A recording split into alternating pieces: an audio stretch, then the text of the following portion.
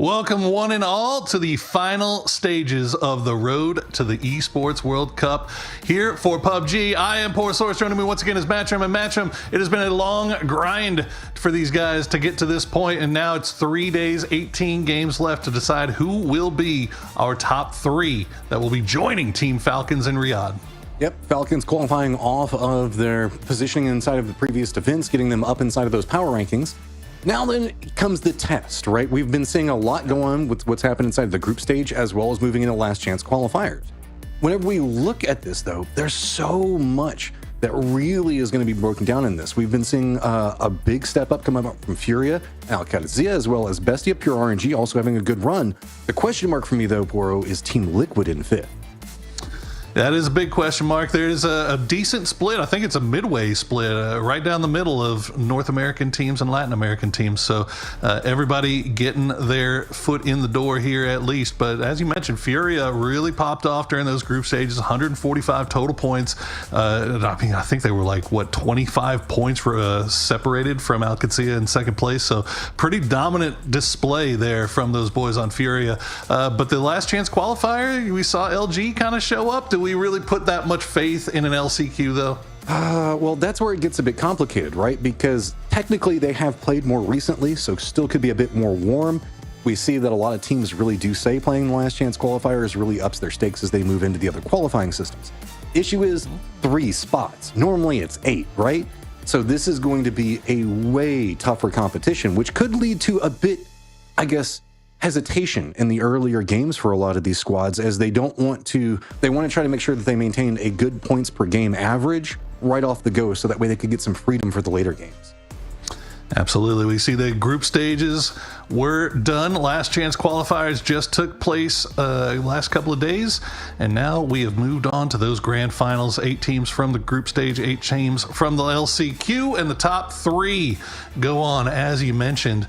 This feels like one of those things, man, where if you don't get a good start here on day number 1, your odds of catching up and playing catch up on day 2 and 3 are pretty low. I mean, yeah, we often talk about momentum, right? And the importance of that. This is one of those events that anything can be a stumbling block for you. Like, one game could be it. Like, sometimes you have like a game here or there when we're looking at the top 8 advancing, that if you fumble it and you just get 0 points, that can be fine. I'm terrified for any team that walks away with a 0-point game, because it feels like it's going to be nigh insurmountable from that point. So it's really going to be about playing for the later stages of the game, making sure that you're playing as clean as humanly possible. And I'm curious on how that's going to impact what we've been seeing a developing meta on the global stage, being a lot more active in I guess around a circle 4 or 5, where we see a lot of people starting to go for kills. Yeah, I mean, and if you talk about Team Liquid being one of those teams that everybody's got their eyes on, that's been one thing that's been good for them, is that they have had that consistency, right? They're always getting points. They haven't had any 0-point games, but the problem has just been, whether it's the circle or whether it's something else, they get in trouble a little bit early, get involved in a little bit of fighting early on. They end up losing a couple of members or whatever. They still get points, but it feels like one of those things that especially after missing out on PGS's 7 and 8, they gotta step up here. They gotta step up here if they're gonna have a chance at PGC. And especially whenever you throw in Al-Qadazia as well, right? Because they are a team that really wants to explode onto this.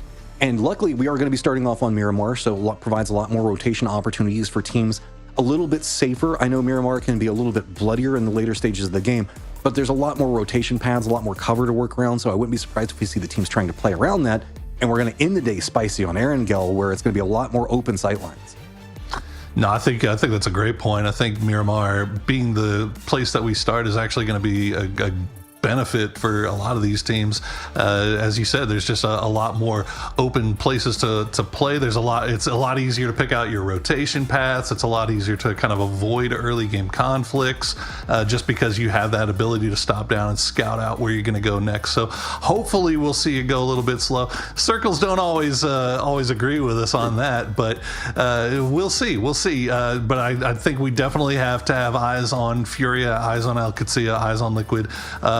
Bestia, I think, is up there as well. And then some of these teams that may be a little bit surprising to people: Pure RNG, Valley 8, Penta, Rafa, Senka Pow Pow. I'm gonna have fun with that name all day long. Hey, Pow Pow. Are there any of these dark horse teams that maybe made their way in through LCQ, or maybe a little bit lower on the group stage that you have your eyes on? I mean, there's a couple of them that I'm looking at. Whenever we were looking through Yin Yang, I thought was actually playing pretty efficiently in a lot of their stages and what they were looking at. So curious to see what they bring out there. They've got Waikuz, who we've seen before, Trisk as well, going to be bringing in Yappa and Kane.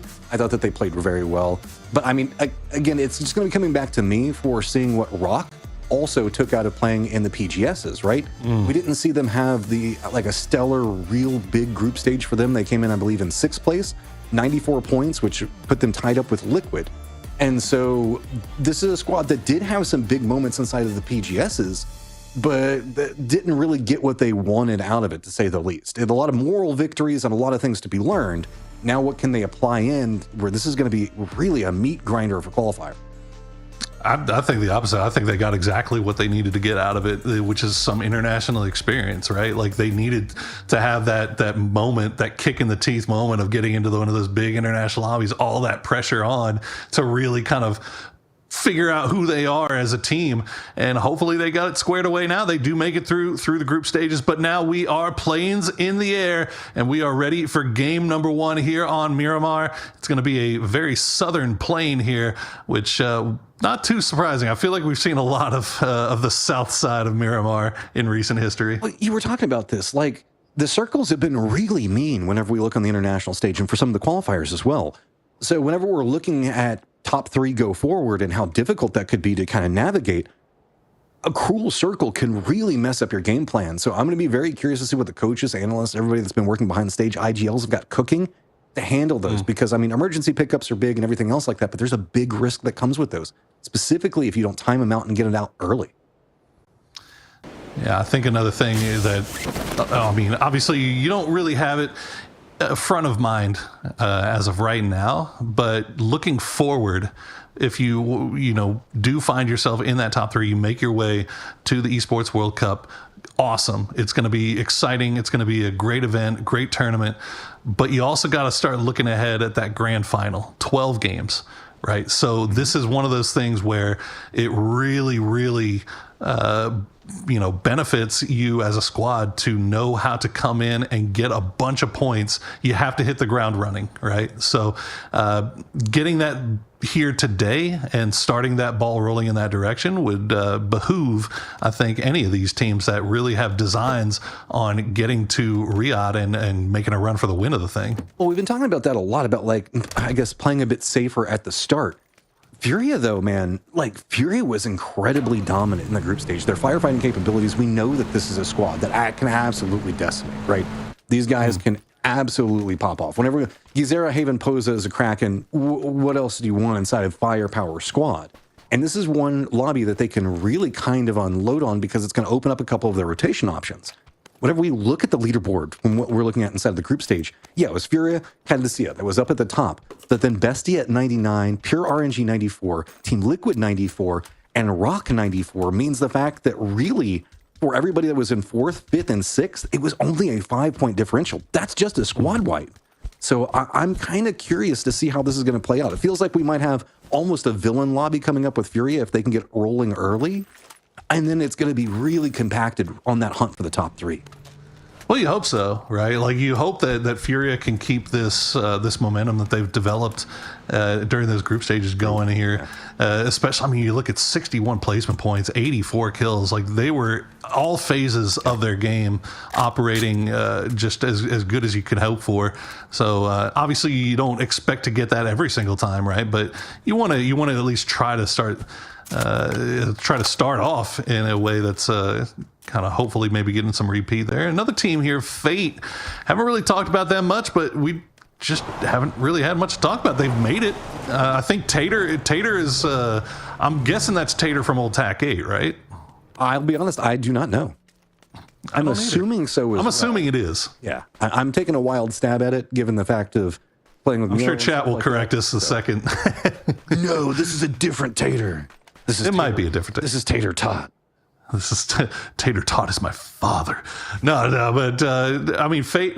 This is, but it's another one of those things, right? Where these teams that came kind of out of the open qualifier process or out of those brackets, you know, a couple of good things going in their direction, and they could have a huge influence on how this lobby plays out. As we already see Toyo from range getting a knock there early on. I'm not sure he's going to be able to get the flush. But they actually it was Rock. I'm sorry. That got the knock on a VHZ and they get the flush. So that's our first kill of these finals.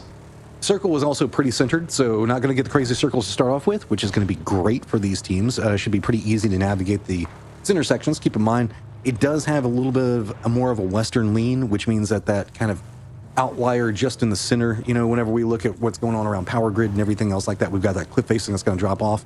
It's going to be kind of close to the barricades. So I wouldn't be surprised if we see a lot more of a Western push for most of our teams. Specifically, you can see kind of what we were talking about, the hesitations and the worries about making sure that you can make it into the later stages and pick up kills. Very early rotations for a lot of these teams right now. Yeah, you definitely want to get the early rotation off as we see. I mean, even at 5 minutes, man, it feels almost a little bit late here to be kind of making any type of push towards center zone. Anyway, I know a lot of you guys looking for a map stream. Not one today, but we will hopefully have one tomorrow as we take a look at some Cinca Pow.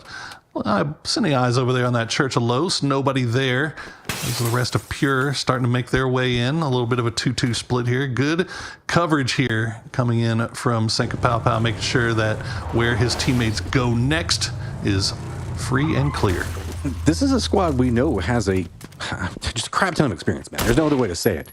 Look at Valley, Pintalol. Yeah. These guys have been around for a long time, and then bringing in some newer, I would say newish blood. And we know that this has a frightening power. It was another one of those teams that was just right in contention for the top 3 spots. So really interesting to see that they're playing a bit more control and territory early. You can see that they are making sure that on their rotates, stop off, protecting their vehicles right as soon as they jump out, doing the scouting out, making sure to play as safe as possible in these early stages, because you don't want to take any big risks on, a big crash unless you absolutely have to. So setting pace early, RNG playing anything but RNG right now. They're playing by the numbers. Well, it's been a little bit of a slow start here so far. To be expected, though, right? To be expected. Oh, yeah. I mean, this is what we wanted, right? This is what all these guys are hoping for, is that given that we are starting on Miramar, you get to have a lot more vision, see a lot more about what's going on around you, and everybody doing their most. That is a ambitious mini shot. Okay, sparking, never mind. Ambitious mini shots. The man has ambition. The man also has skill, as he'll land a couple of those and force LG to reposition. Yeah, I mean, sparking, dude, what else can you say? This dude has... anytime we see him really feel in the zone, he is a destructible force on the battlefield. He just can absolutely destroy. And whenever you combine him with the longevity and the history of what we're looking at in Team Liquid as far as their synergies that they developed, he's not even really, he's the new guy, but I mean, he's still been around for quite a while at this stage. This is a very synergetic squad that we know has a lot of knowledge, history, and capabilities to navigate, but this is also going to be a looser lobby whenever we look at it. I mean, not having Falcons inside of it kind of opens up a couple more rotate options for some squads. So I'm going to be curious to see how we see Team Liquid try to exploit that and make sure that they get themselves in the top 3, because you know Kurt and the rest of that team is not happy with the position that they got in groups. No, absolutely not. And they shouldn't be. They should absolutely expect more of themselves. And hopefully we'll see them find some success here as we check in with LG. They have Vox and Snakers on the top of the rocks. A lot of information being gained. Unfortunately, they couldn't just stay on that southern side because, well, watchful eyes of sparking, forcing them away. But they've got a lot of real estate here to work with. And kind of worry about, at least they're close enough to each other, right? To where if any crashes come through, they've got information about a lot of stuff going on over here just off of that water treatment. Yeah, and so whenever we're looking at kind of the lay of the land with Team Liquid being in center, LG playing just to the north of that, that means that We've got a little bit of a crowd that's developing down in the south right now. Is that's going to be, I believe, Outlaws going to be lined up against Cancia. They're just both rotating. Nothing big that's happening right now. Everything's pretty much settled into the fields that are a bit west of Picado and the crossfire positions that can be set up on the hillsides coming out of Power Grid going all the way down to Chumacera. So this is, while we were talking about Miramar having a lot of rotate paths that are pretty like covered trenches that you can really navigate, get into good positions, this is one of the more open areas of the map that doesn't have that. Specifically keeping this high ground in means the fact that teams are having to play a lot safer than I think that they were expecting to play on Miramar to start. And of course, we've got our two purple teams right dead center, Rock and Team Liquid. About the same, I think they have the same color, and they are right next to each other because, of course, they are. Matchroom, they couldn't make it easy on us. Hey, purple's a good color. Respect it. I like it. Hey, it's a great color. It's just why both of them? Yeah. Why do we got to have 8 of them? Hey, at least we're past the phase. Remember when everybody was a gray team or a yellow team, and you couldn't make out the yellow on the map? Oh my God. Yeah, there are the light gray where you can't really see the white name on the background because the light gray is so light. Well, no concerns about that here for Potentially Dangerous as they've taken up spot in Picado, although now they're going to have to move. That's a hard shift off to the northwest. So immediately Potentially Dangerous hopping in those vehicles and getting on the move. Yeah, okay, so this is going to be a big mix-up. Remember, Fury, we were talking about how well that they did inside of the group stages. Well, now they find themselves pretty much centered up inside the circle. They've got to regroup to some degree. Bestie had already called an emergency pickup, which they are not going to need.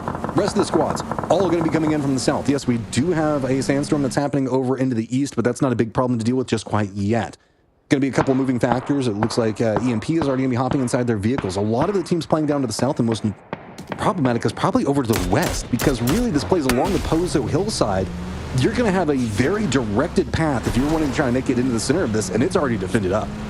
LG is a problem right now for everybody on that south side trying to make their way in because there's just shots being sent from that high ground and it's forcing these guys to reroute and they're pushing around. They're going to say, okay, well, maybe we can go a little bit further west. Well, everybody's thinking that they can go further west. And now these teams are starting to run into each other. Toyo, Mira, Pure, all right next to each other. Rock have at least managed to make their way in just underneath, but you see how close they are to Toyo. But Emmy's got a high ground position. Luckily, BL has that rock for some form of cover. Had to hear the vehicles on the other side of it, and that's why you can see everybody starting to play some defense. They have to deal with LG that's back behind them, but then they also have to deal with such a close range threat. There's no way to get around it. Toyo already under a lot of stress. It's going to be Binya that has to hop down into cover, but it's LG just peppering in shots, and Furia Kraken is the one that gets the knock.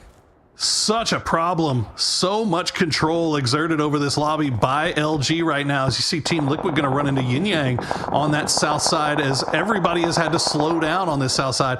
Rock is still trying to reposition. They've got RBN left back here, but they at least managed to get 3 back to the compound as Toyo just trying to reset, see if they can get their man back on his feet and get back on the move. And it looks like they might be able to get away with it.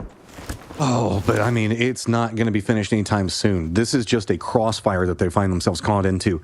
They know it. It's going to be full damage control to try to survive. At range, there's a couple of teams that are also going to be rotating that could make this a bit more complicated. Most notably, it's going to be Razov. That's going to be pretty far into the west. If they catch and rotate, that means that Toyo could be vulnerable from a whole new firing angle, and they have got to be cautious about that. Meanwhile, Outlaws are also going to be coming in from the south, maybe coming into a similar pathing around Monte Nuevo. As long as they can hold down for this circle, and hopefully the circle goes east, this could chill out a bit. But if we continue to see this push into the center or lean into the west, these two teams are going to be extremely vulnerable. RBN, the point man here for Rock, still has a little bit of utility left, offensive utility they can throw. The grenades he's sent over so far haven't been very successful. Toyo down to 3. While all this was going on, Empire makes a fantastic rotation all the way to the north side, following in the footsteps of Potentially Dangerous. They may run into each other on the north side here shortly as we see what LG has to work with here. A multitude of targets. Yeah, I mean, they've just got all of the high ground, all of the vision, and they just have a rainbow of teams that are down below them right now. It's going to be pretty much everybody in the lobby except for a little bit of a potential dust up that could be happening with Team Liquid and Cancia that are going to be happening over into the southeast. So LG doing a good job in control as the new circle does pop, and it looks like it's going to be leaning a bit further into the north. That means that really it's just going to be the cluster down into the southeast, specifically what we were just talking about with Team Liquid, as well as it looks like Yin Yang might be rotating over there as well. Yeah, basically everybody that's on the low ground now still has to find a way to get into the high. As we check in with Fate, they have the south side of Power Grid. Furia, they've managed to get 2 into the north side. They still are waiting for the rest to arrive, although Bestia, potentially dangerous, all up there as well. And you still have Mira that's kind of rooting around in the hills there. But Fate 4 deep. Now they've got a Katsia trying to make a run through. Good shots. Will get one player a little bit low, but Alcatsia doing a good job of avoiding those sight lines here as that Yin Yang Team Liquid fight continues on the low side. This was good shots, Tim Fee. It was Team Liquid that was kind of the instigators and all of that. Yin Yang ran into it, and Yin Yang actually managed to support through.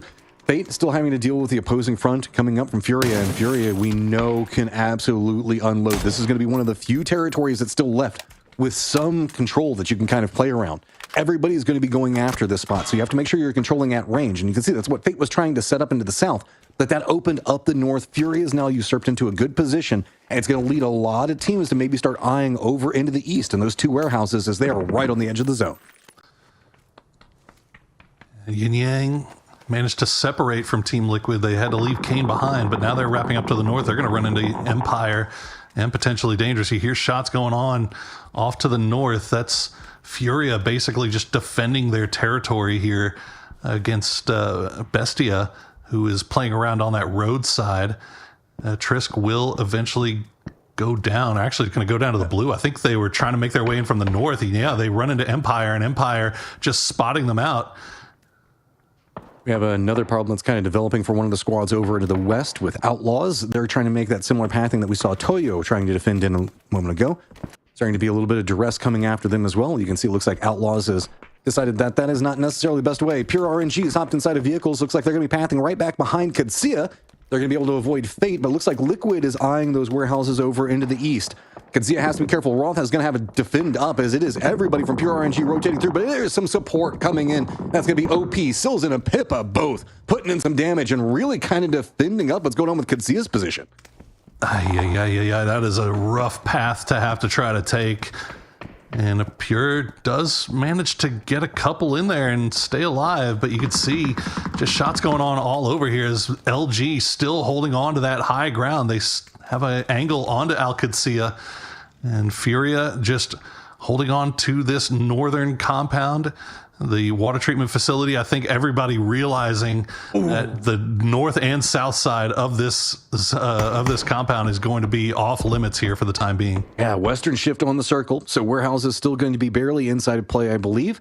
Power grid right on the cusp of it, but that does mean that that's going to be that Badlands area over to the west, into the recessed hillside, down into the road, leading out onto the western side of power grid. So Rizav's going to have to make a move. I believe that we're also going to see Toyo going to have to regroup, but they already have a couple of members in. Really, the cluster down into the south are going to have a couple of problems to work around as the control that LG, most notably Furia, is going to have with spinning capabilities. They can pretty much turret up at this point and harass whatever moves.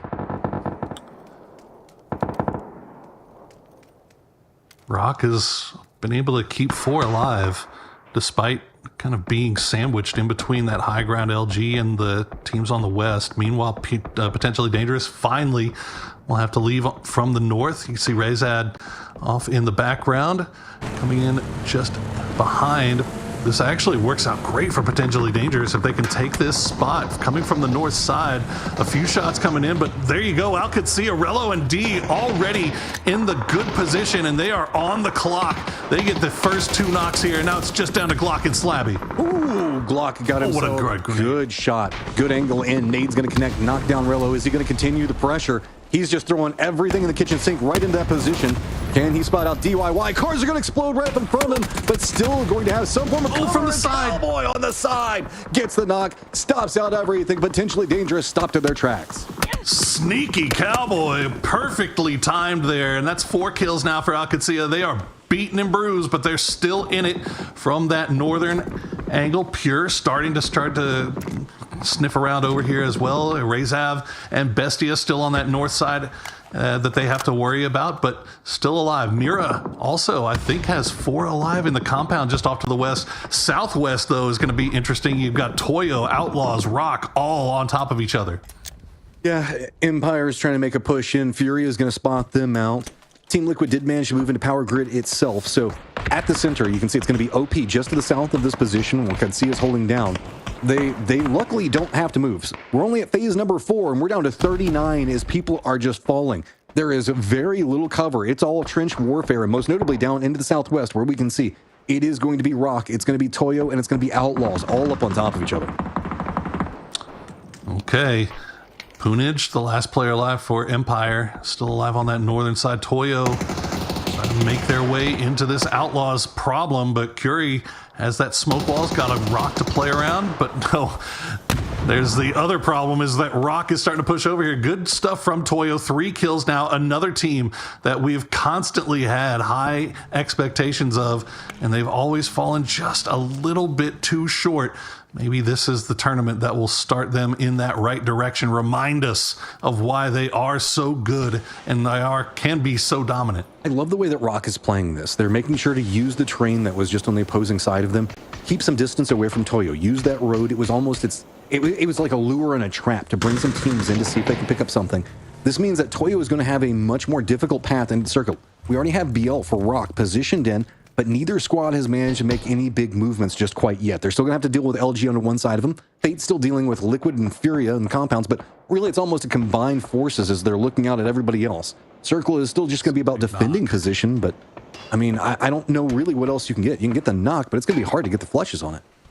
Yeah, I mean, you could see Fate starting to mill about like they were interested in pushing off that knock onto Alo, but they just weren't able to because Furia from the north side just has free angles over here.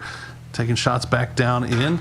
Looks like Alo will get back on his feet. You see shots still coming in from back. But this is, yeah, I mean, this is the only option really for Liquid here. They can't push into Furia. They would rather take this fight with Fate, but Fate in good position to start things off here. The smokes will slow things down. This is such a hard angle to push. Team Liquid is going to be just running right into nades, into just completely covered firing lines. Lots of damage already on to Sparking. Alo still just trying to push through. Another nade coming through. Fate timing these out very well. That's going to be a knock. So now what can you do, Team Liquid? Pads are going to be even more diminished, but Fate still leaning into their defense. Really nice work there by Flanker. As Alo, I think he's on second or third bleed at this point, so he's going to go down very quickly. Team Fate just rushing around, trying to cover all angles. Sparking going to go down to the Molotov from Tim Fee. He couldn't see it through the smokes, and now all of a sudden Luke 12, the last player up for Liquid, and Fate knows it. They are starting to swarm, and they want to clean this up as quickly as possible. If they can do it without losing a player, even better.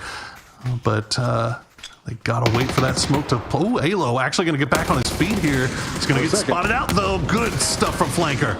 Gonna get instantly taken back down. Now just down to 1. Team Liquid trying to fight their way through, but they are going to get eliminated in 12th place. You can see Fate was very nervous about anybody making an approach over into the west, but not gonna happen. Furia. It's gonna be all about LG holding down a good position. Furia does look like they're stretching back down a little bit. I like this. Sending Posa down on that western side to make sure that they lock in. Next circle is probably going to be a very big problem for Fate, and that's going to be predicting it in advance. Is LG just going to unload on everybody? Goodbye, Rock. They had to make a move for something, and unfortunately, those hills just going to slow the vehicles down enough to make it just easy target practice here for LG on that high side. They only have 3 kills, but the damage has to be pretty good for all of these guys. Fantastico, the last player left alive for Rock, and you got one from Capitan still eating blue off in the distance. Yeah, it looks like we're just going to be dealing with some scoom strats right now, as there's not a lot of options you can really work around. Mira up into the north with the new circle pop. Doesn't mean the pure RNG is going to be in the center of it. Luminosity continuing their reign of terror. You were talking about damage numbers. I'm seeing everybody sitting at least 400 plus so far that we've seen from LG. It is going to be also Toyo getting eliminated. What do you even do? If you're Fantastico, you've got Mira up above you. There's just nothing that you can really do to get out of that spot. Dusty also has to wrap in from the north, and that's going to be pretty difficult. Well, the problem is that you don't get points for damage numbers. You get points for kills. And LG, despite how much of an influence they've had over the south side of this zone, they now have to move and they have to go make their way towards that power grid as the zone has shifted away. Team Mira, they left their compound on that northwestern side. They lose 2. The LFP and Fauna still in it, going to send it into the Murado. They might be pushing right into the jaws of Al Qudsiya, though. I mean, you've got to do what you've got to do. Qudsiya's also trying to do some damage control of their own. Oh my Cowboy. Cowboy! Beautiful spray, shuts down Mira in their tracks in front of them, and now they have a path into the circle. LG going to be hopping in their vehicles. You're talking about they've been pumping out damage. They got control with it. Is it going to be enough control to get comfortably in the circle? It does look like they are going to be eyeing a similar pathing into where Fate's going to be at, as Fate is now caught up in with Furia. Yeehaw, brother. This Cowboy now can see up to 6 kills, but he has been spotted out and he's getting peppered from every angle. Nowhere safe really to hide, as D will get knocked down very, very low as well. 4 HP left. We'll throw a parting grenade at Bestia. Not going to find anything, but he'll at least get far enough away to get the heal off. I mean, the amount of kills, given the difficulties that we saw Qudsiya come in off of this, I mean, already inside of the points at this stage, sitting in 8 teams remaining. Rock's only got Santastico up, so pretty decent chance that he can drop. So Qudsiya knows the fact that they're just going to be playing full-on safety right along the zone wall. They can't really risk too much more than that, so they have got to be cautious. But Santastico, if he backstabs here, you're hinting at he could have a big moment, but nah, it looks like they've already spotted Bestia out. How big of this firefight's going to happen? Are we going to have OP decide to get involved as well? Look at Big D. He knows there's another team, a full team coming behind him. He doesn't care. He's got a ridge line to work with, and that AUG is filthy as he will keep cycling those smokes, try to keep himself safe from the third party, and he's going to pop Draft King as well, as Cowboy will go down, so it's all down to D as he is dancing around. Coop would love to be able to finish out those kills. Here comes OP, though. He has to be cautious. He has to figure out, does he push in? Does he go for the flushes? Looks like that's what he's going to be eyeing. He knows that there's tons of people coming back behind him. Furia, meanwhile, is also making a loop out. They want these kills themselves, but no, it is all going to be Qudsiya. They pick it up right before he goes down. Good shots on securing points. That's that point securing mindset that Al Qudsiya has had, especially with a player like D, who is mechanically cracked out of his mind. And he knew his time was short. He was in trouble as OP was starting to make their way over, but he just had to secure those points, get them as many as he could, and he did so. Furia 4 alive, 5 kills on this northeastern side as they've been playing from the power grid, and they have OP kind of pinned down, but OP should be able to reset. LG still has the south side. You've still got the 4-man squad of Fate, and then there's the duo from Pure, Valiate and Penta, I believe, the last 2. They're right on top of each other. Yeah, Valiate and Penta just hiding in the ditch will survive a little bit longer, but that's a lot of full 4-man squads left here for the late game. In our first game here, Matcham. Yeah, but pushing into that trench is going to be a problem, and that duo, they're comfortable for now. Nade range is becoming a bigger problem, but you can see a lot of utilities having to be spent in these right along the edge of the circle firefights. That means the fact that that could stack up well for them. Fate also has been pretty comfortable for a while. Furia has also done a great job in defense up into the northeast, so I'm curious of what they're kind of sitting at as far as overall utility moving into the tail end of this. Because remember, that's what I was Furia, wondering. They've been the one that were wrecking everybody in the group stage, and they're already sitting at 5 kills of their own, and in a pretty decent spot to maintain control of this circle as well. Yeah, I was kind of wondering, like, okay, out of all these 4 teams remaining, who would probably be the lowest on utility? But all of them have been scrapping. All of them have been fighting. So all of them have had the opportunity to kind of re-up on whatever loot boxes they could find. Here's Pippa will spot out Gats.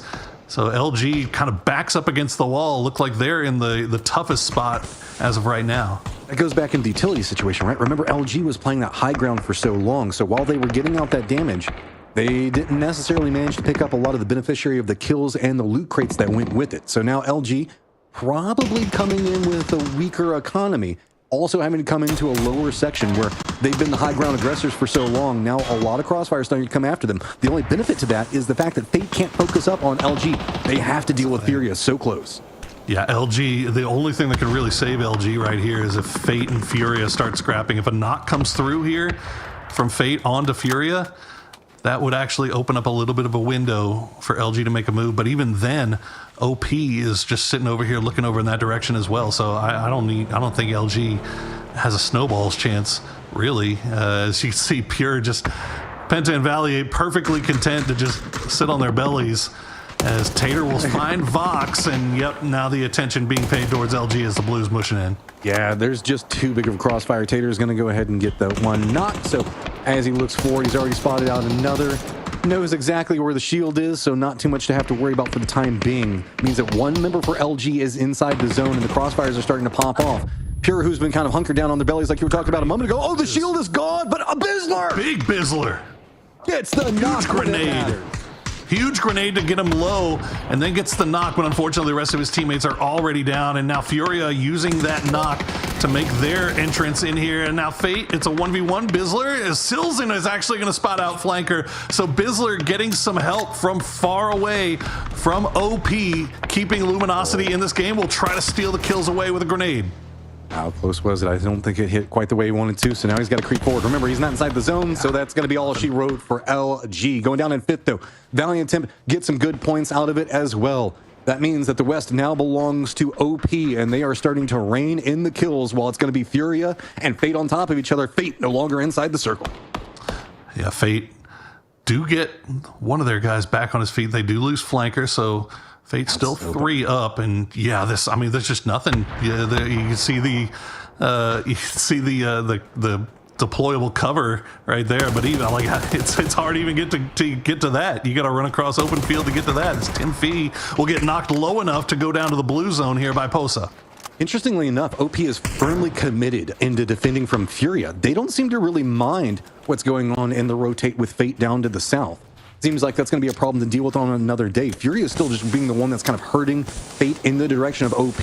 They want to get some more safety of their own. If they can get Fate into that position to where maybe they can kind of start doing an attack on OP, it'll make it a lot easier. Oh my! It says, I don't care. I'm just going to unload, and Furia just decimates OP. And look at this. Valiant and Penta going to steal him away. So points being secured for Pure as they snake their way through. Somehow, Fate has managed to get 2 alive, and they've got a little ridge to work with here. As okay, Pure will eventually go down to an exploding vehicle, but OP, they have fallen apart here in the late game as they are down to just 1 player hiding behind a rock. Fate, they're down to just 1. Furia exercising their will on this late game lobby.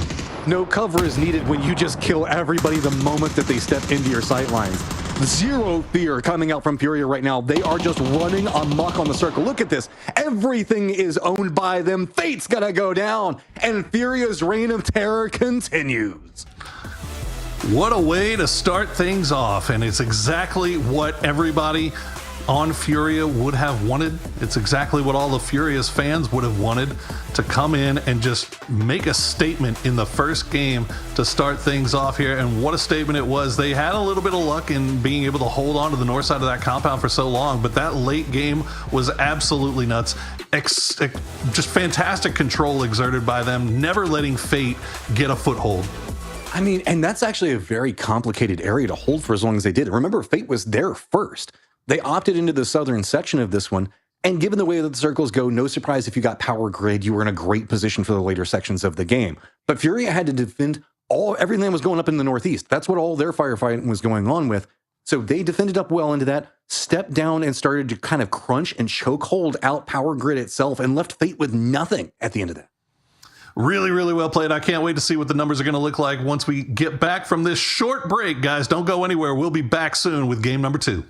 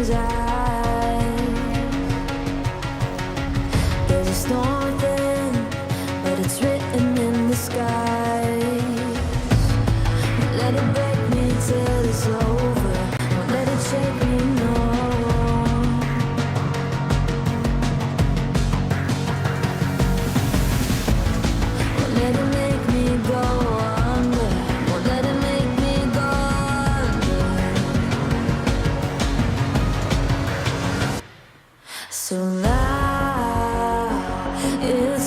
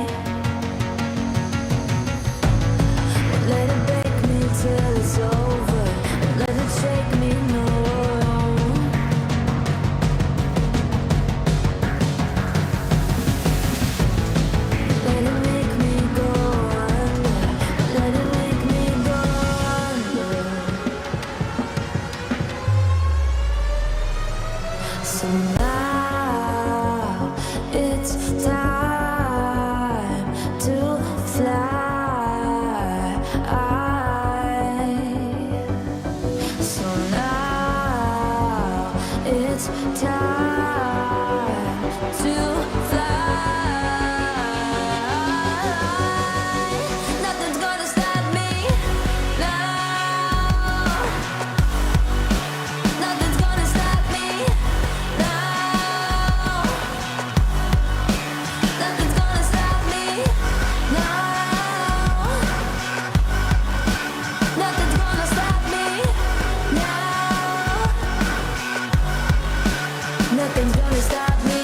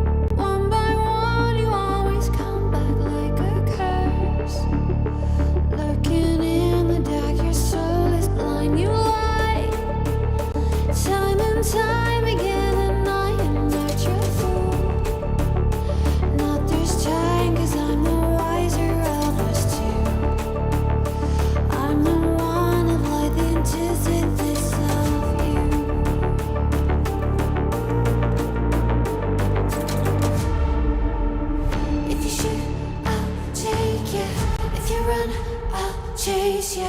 If you scream, I'll whisper la di da di da da da. This is all you ever wanted. Take it all, you deserve it. This is how we're gonna end it. La di da di da da. Take it all, you deserve it. Take it all, you deserve it.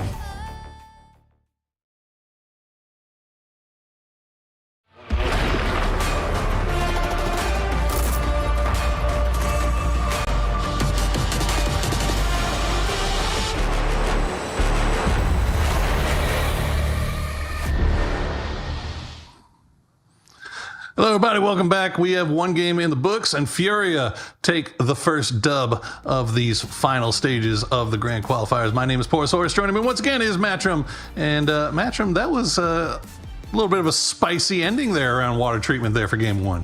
I mean, whenever we look at it around the location, it's very, very difficult. When we look at the trenches that are just going to be west of whenever we look at Power Grid, it's pretty open, right? So that led to just kind of having to force your way out, firefight your way through, and that's Furia's bread and butter, boy. And that's just... It seems to be these days. That's just harsh. I mean, they're fraggers now. I mean, we always thought they were, but now they've definitely seemed to have taken up that mantle, especially all the kills they managed to collect themselves in the first in the group stages. Seems like that's going to be going that way here in the finals as well. Well, we will get that leaderboard up for you as soon as we're able to, guys. But right now we're getting ready for game number 2. We want to get you into the action as quickly as possible. The leaderboard will update. Don't worry. You know you want to see people shooting. You want to see the action, so we'll try to get into that as fast as possible. Speaking of shooting in action, though, I feel a little bit bad for LG. They were kind of the bullies for so long, and then we're left with nothing because so many teams were playing into the south and the southwest in those ridge lines that whenever they finally came down off that hill, boy, it felt like 5 teams just wanted vengeance. Well, I mean, it was always going to be tough, right? Like as soon as it pulled north, you know that you're basically at fate's mercy. I mean, the only shot they may have had is if they were able to kind of third party and see whenever Team Liquid was making their push into Fate, and Fate was kind of busy with that. And maybe they could have made a play, but I think they might have been involved in some other nonsense going on at that same time. So it was always rough. I gotta say, Alcacia, D, Cowboy, they're starting to look kind of scary, man. They've always been a little bit spooky, but now they're looking absolutely terrifying. Well, it was big plays, but as you were talking about in the broadcast, it was also a heads-up awareness of point generation, realizing the fact that you probably weren't going to survive for too much longer, and that's all information being gathered, good IGLing, everything all coming together. And yeah, it wasn't the best game for them. They had to play damage control, but they played damage control really, really well there. And with those two, if they can pop off like that in a fully defended position, I am scared for the lobby. Yeah, I mean, I don't know if where they ended up in placement, if they ended up in placement at all, but I think they got at least 9 kills out of it. So never upset about 7, that. Somewhere around there. So they got some placement points out of it too. It is pretty wacky. Well, we will get ready now. I think we got our plane is about to take off here to get into game number 2. Is there? I know everybody's kind of eyes on Team Liquid. A little bit of a slow start for them. It was a kind of a rough position that they were put in coming from that south side. They get involved in that fight coming out of Picado. They were one of the teams on the south that was getting kind of hurted by LG. Weren't able to do what they were, but they managed to make it to late game. And then it was just a really, really good hold from a tough position to breach by Fate. So, well, so far, not really worried about Liquid, though. I mean, it was smart, right? They were playing for a late game. They knew that getting into the warehouses, playing at a power grid, stepping out of it was going to be hard. The firefights didn't go their way. Sometimes you can just write that off as unlucky or just not hitting your shots or whatever.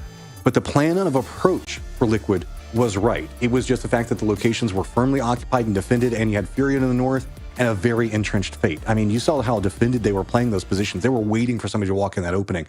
And whenever you have Liquid coming in kind of limping already, that's going to be a nigh impossible firefight. Well, we get round 2 going already, so everybody got a little time to shake it off, get a little drink of water, get to potty break, and now they are getting into the second game as we have a plane that's cutting a little bit more towards the north this time around. So hopefully maybe we open up a little bit more of the map. Oh, well, yeah, I mean, is that what we want? I think that we want more cover more than anything else. Okay, when I say opening more, I know what you're saying. I'm saying open up, instead of getting we already got a little bit blessed with a northern circle here around power, but this time, it doesn't look very likely that we're going to get another South Los Leones. So that's all I want right now. I'm tired of South Los Leones. What, you right? I'm like resort in the mines? And, I mean, I like okay. Resort is we kind did of get it a lot during the PGA. We just got it so much, man. I want to see other parts of this glorious land of Miramar here as we see LG dropping down on Power Grid. Again, just going back to that high ground location. Who's got Picado? Team Liquid, obviously. I guess it should be obvious. Team Liquid has Picado, but yeah, it doesn't look like anybody's running into each other early on here. At least in the first stages here on Miramar. And this is also pretty interesting to look at as we do get the circle pops, and it's kind of to the southwest, right along Plain Path Center. Like that. Nothing crazy.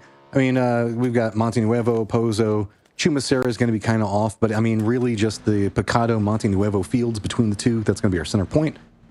I always find this interesting since we don't have Falcons in here, and you were talking about Liquid playing out of Picado.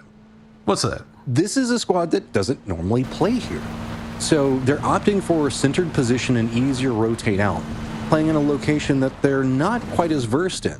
And this is a play for later stage and hoping the fact that you're playing circles and number as well. And I'm kind of curious, though, how much it's throwing off their game in rotates, right? Because they already have set positions and rotations that they've had for years out of other locations.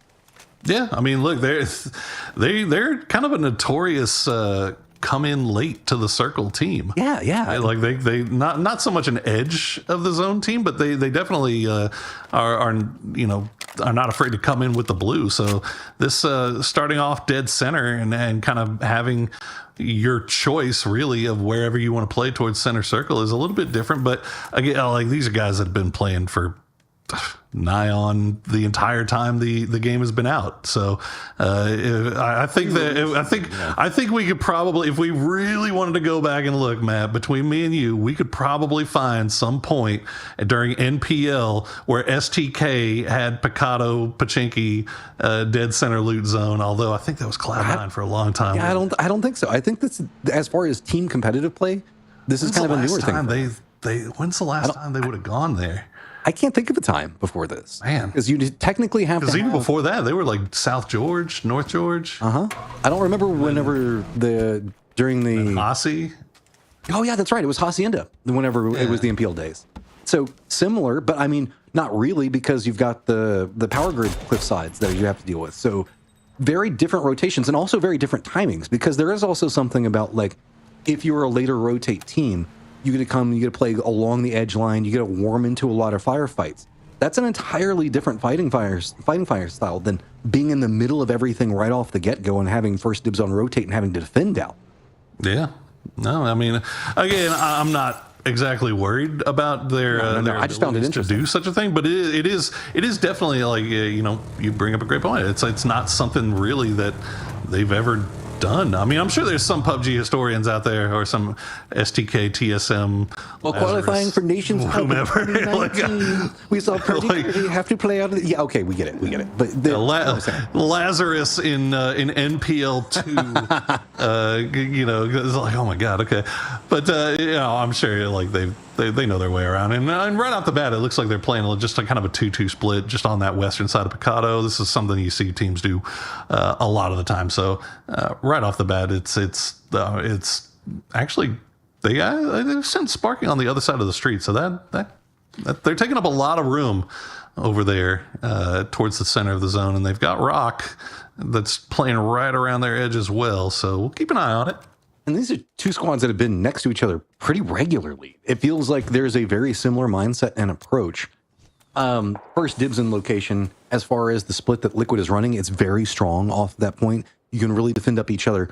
But that means that you have to deal with if a hard shrink happens or a hard shift happens, you really have to think about and make sure that you're prepping regroup and really making sure that you do not allow a crash on anybody else. You have to make sure that you're conjoining firefights. Can sometimes be pretty difficult to communicate because you do have a lot of external teams, such as what we see going on with Toyo, just kind of eyeing sparking out with that Rock BL really close. Yeah, as long as your split is, the people on one side of your split can defend the other side of your split, I usually generally don't have a problem with it. It's when they start doing these splits with a mountain in the middle, where like if you're getting crashed, then and that's not, you don't generally see that too much in North America. I think you see the really super wide splits a lot with some of the APAC teams, but that's because they can kill a whole team themselves. Yeah, they don't need anybody else. they just don't care. They're just like, sure, we'll 2v4. We don't give a damn. But it looks like for the most part, everybody's kind of made their way. Nobody really playing edge in this one so far. Now, we do still have about 3 teams that are making their way in, but everybody really opting towards the center this time. And LG drops around Power Grid and almost instantly relinquishes it, which is kind of interesting. They're playing much more down. They're playing the same thing they did last game. Yeah, and I mean, it got them in the later stages, generated some decent points. I mean, definitely probably the highest damage numbers out of anybody. I'd be curious to see maybe versus them versus Furia at a certain point. But you get what I'm saying? I find it peculiar because a lot of teams put a lot of stake into Power Grid, and LG really likes the hills way more than Power Grid itself. Well, you can't see anything from Power Grid. That's the problem. Is like it's great. It's defensible. It's holdable. You can castle up there really well, but you got no information about what's going on. So I think the way that LG is playing this is a lot better. You get a lot of intel, obviously, about everything that's going on south of where they are. If the circle does decide to go back down, you still got guys keeping an eye on Power Grid, so they can see. They know that Fate is there. Fate's looking for them. Like, where are they at? They're going to do this again. We know. They're up there high. Like they've got to. I mean, they have to know. I mean, Fate moved in here, right? So they actually have 3 here. They actually pulled Tater back and more off to that northwest. So they should be able to see Furia on the other side of the road. And so it's a tenuous piece between Fate and LG, but they're kind of defending each other from anything that comes in from the north or the south. And last game was one of those unlucky moments with LG. You know, you get Power Grid, and the circle just stays there the whole time, and you're not inside of it. Now you're having to fight your way back to where you dropped. Those types of things are like the players are good enough to know, okay, write that one off. Unlucky, GG, go next, right?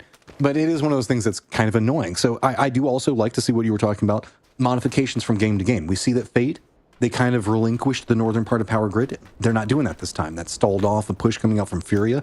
Furia does look like they're playing a bit more to center anyway, playing around Monte, as that's going to buy a lot of space. But we don't have anybody that's really playing over in the west. It's a center game with all eyes into the middle of those fields.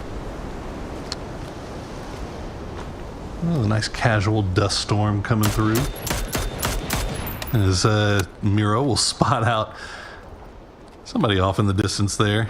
BHZ just using that high ground. They've got pretty much everything to the west of themselves. They know that their backs are clear all the way to the wall. You ever been inside of a sandstorm like this before, Oro? Can't say I have.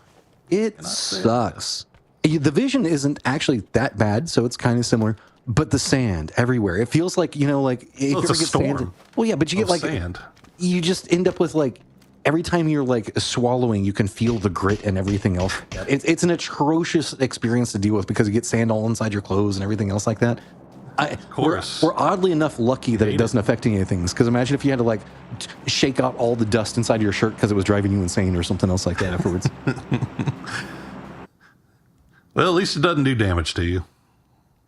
We're not on Just damage to your mental if you're ever in it. Oh, my eyes. Fortunately, I don't think they have to worry about that too much.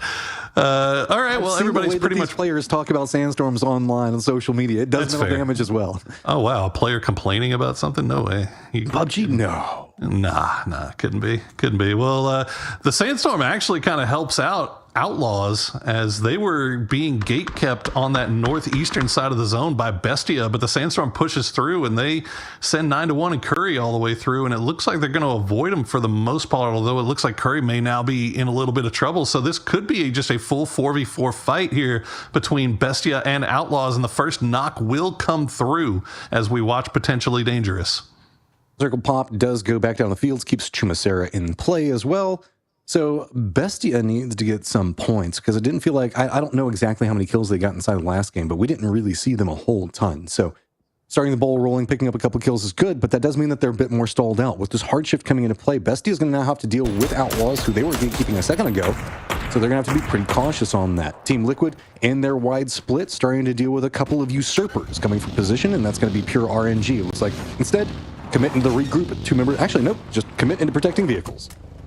Yeah, no, this was quick moves from Team Liquid. They managed to keep it at 2-2. This one's a little bit more far between, as you see Sparking and Luke may have been held back here by Rock or LG or some combination of the two. But 2-2 split so far for Team Liquid will hold on as Rock will just get everybody on top of each other, defend the castle for the time being. They've got Pure on the other side of the road. They've got LG down the road. Furia starting to get everybody down as well. Notice this, that Alo and Kurt are kind of starting to play a lot closer to the hillsides. They're starting to look around over there. They don't really have the ability to cover anybody that's encroaching onto the other duo from the north. But LG is going to try to take over that responsibility, as well as Rock, as you can see. They're trying to keep an eye on what's going on with LG. So while Liquid don't really have the ability to assist each other too cleanly because of the hillside in between them, if anybody from Rock does actually start going down that hillside, Alo should have some vision on it. So this is kind of this is an awkward spot for Team Liquid to be playing for, and I'm curious to see how it throws off their rhythm. Yeah, we'll see how it plays out. It looks like they should be safe for the time being. It looks like Bestia managed to take out 3 of Outlaws. Yakamasi managing to escape and keep Outlaws in this thing, at least as a solo for the time being. Bestia didn't lose anybody, so they've got 4 up, but they've got to come in a little bit late. Fate kind of took over the spot that LG was hanging out in as LG made their way down the hill. Yin Yang, you see just south of that center dot, they've got the low side. They've got low side, but they've got Razab, they've got Toyo, they've got OP all around them. Yeah, not a lot of peeking going to be going on over there without getting punished, but it's they're comfy for now. The problem with it is they have to leave. It is going to be very, very difficult as it kind of opens up. Toyo having to deal with the new encroachers and OP. I like this for Toyo, to be honest. So, yeah, I mean, this is a very good, clean position to be playing from, specifically given the fact that we can probably see a shift to this hillside. Yeah, it's a more aggressive positioning. Now they've got a compound that they can retreat to if they want to, but they've got Rybo and Emmy down to the south, just kind of keeping eyes on anything that comes in from that south side. They've got those ridge lines that they can peek. They've got those ridge lines that they can kind of play around, keep eyes on OP. Looks like somebody may have found an angle onto them, so they are going to retreat back to this compound, but not completely. Rybo and Emmy, you can see them on the minimap. They're still just kind of tooling around down there. Just to make sure that nobody sneaks up on them. But if they get a little bit of luck with this zone, they could be in a good spot. You see Liquid already in vehicles, Alo and Kurt. Well, they'll immediately retreat back to the compound they were just in. Yeah, and now it's going to be curious for the northern section of that Team Liquid duo. Toyo does get the shift that they were wanting, so this position is prime right now. They get to control so much of the circle. They get to watch all the way down into Chumasera itself. Really, it's just the Brickyard is the only thing that they can't harass. So they just have to be pretty careful not to overextend, make sure that they're keeping their information all gathered together. Team Liquid does hop inside their vehicles, do manage to make it past LG. And it looks like Kurt's going to do a good enough job of keeping Pure's head down that we should see a regroup. All this going on, potentially dangerous, is just going to cut a path down in the south, right into Chumasera itself. Well, it looks like QAD is going to be regrouping, but that's going to be pretty close to Toyo. Oh, yeah, Pure's got some problems of their own to worry about here. As now Bestia starting to make their way from the north. They will avoid it for now, but it looks like it's going to be actually Team Liquid shots that are going to force Bestia to make their way around that compound. And now they're looking for where to go next. Team Liquid have to be on the clock here. They have to have their eyes on. They see Pure, but do they see Bestia? Bestia actually maybe running into PD now, as well as now they see Fate starting to backfill where Bestia just came down from. Does Fate know that this compound is occupied? Oh, Liquid's got a vision on a lot of what's going to be going on over here. Sparking going to be monitoring what's going to go on with this Bestia rotate. Bestia is going to be cutting a path through, but they're also going to get kind of gate kept out with what you were talking about going on with potential dangers. That's going to put them into QAD. QAD is trying to get some shots to force them away from this angle, but now Bestia is just trying to brute force their way through. Toyo is caught up looking a lot of different directions. So that means that Pure RNG, after now having to deal with what's going on, Fate close range goes for the shot. Doesn't look like it connected the way he wanted. Pure, they lose 2 here, but Penta's got that, or Valiant has the high ground, but immediately gets spotted out. Really, really well played there by Flicker, as he knows exactly where to look, but it doesn't matter. Penta's got his boys back, and Pure will stay alive for a little bit longer. Now, how many does Fate have left? Who is it? I think it's got to be Tater, right? Tater, last player left alive, just hiding around on the outside. See if he can maybe take advantage of this knock on the Senka Pow Pow. God, I'll get it. I will. I swear. So, Pow pow. the interesting thing about this is this only really has like one building from the compound that's going to be inside the circle. So while you do get some kills out Not of even it, a great spot. Yeah. it's a pretty terrible spot, all considered. So now we get a little bit of juke in between the two, like Planted playing from the window, but Tater just going to post up at the long end of the long house and defend in. We know those can be brutal to push, but instead everybody's just kind of hunkered down, and the blue zone's going to be coming in just a few seconds. And there goes Yakamasi, so that'll be one team down. Bestia, meanwhile, remember, they were the first one in here. Tater getting knocked down to 6 HP. Jiggle peeking that window as the rest of Pure would love to get rid of him, and it looks like they will. Clean as you like. Nice grenade there. But remember, Bestia was right before this. They avoided this compound altogether, just sent it right in. They run into PD. Looks like they've managed to win that fight for the most part. DraftKings still knocked here as Vinny is trying to get that revive. And he gets there just in the nick of time, pulls off of the heel for himself. What a team player. Oh, but I mean, look at the setups and defense right now.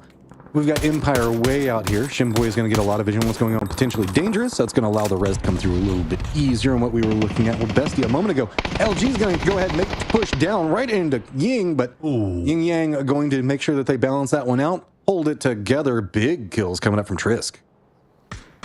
Great hold. Great hold there from Yin Yang, but I mean, it's obviously a tough building to push. But that is mostly, I think that was just all Trisk for the most part, wasn't it? Yeah, Trisk with 2. Joppa got 1, and it looks like he should be able to get brought back on his feet. So Yin Yang, we're a little bit worried about them playing in the low side of this bowl just because so many teams playing on the high side have angles into this. As you can see, Ikus getting knocked there by Zakraken. That's why. He was trying to make the run to go for the res, and now, but nobody really in a position to push them. Nobody wants that spot that Yin Yang is in. Hey, with the new circle popping, that means that Team Liquid has to regroup while Pure RNG is making their rotate over. Looks like they did manage to reset mostly. Team Liquid's just going to see if maybe they can get a bit of a high ground advantage, but they have to be careful because Toyo's also got some vision in, so Penta's going to have to keep his head locked down. Empire's going to be trying to gatekeep out whatever's going to be going on over here with the remnants of Bestia's Draft King, trying to see if maybe he can regroup with the other two that made the brutal push right into the circle. Yeah, it sucks for DraftKings because Enzito and Mime not really in a position to where they can help him out at all.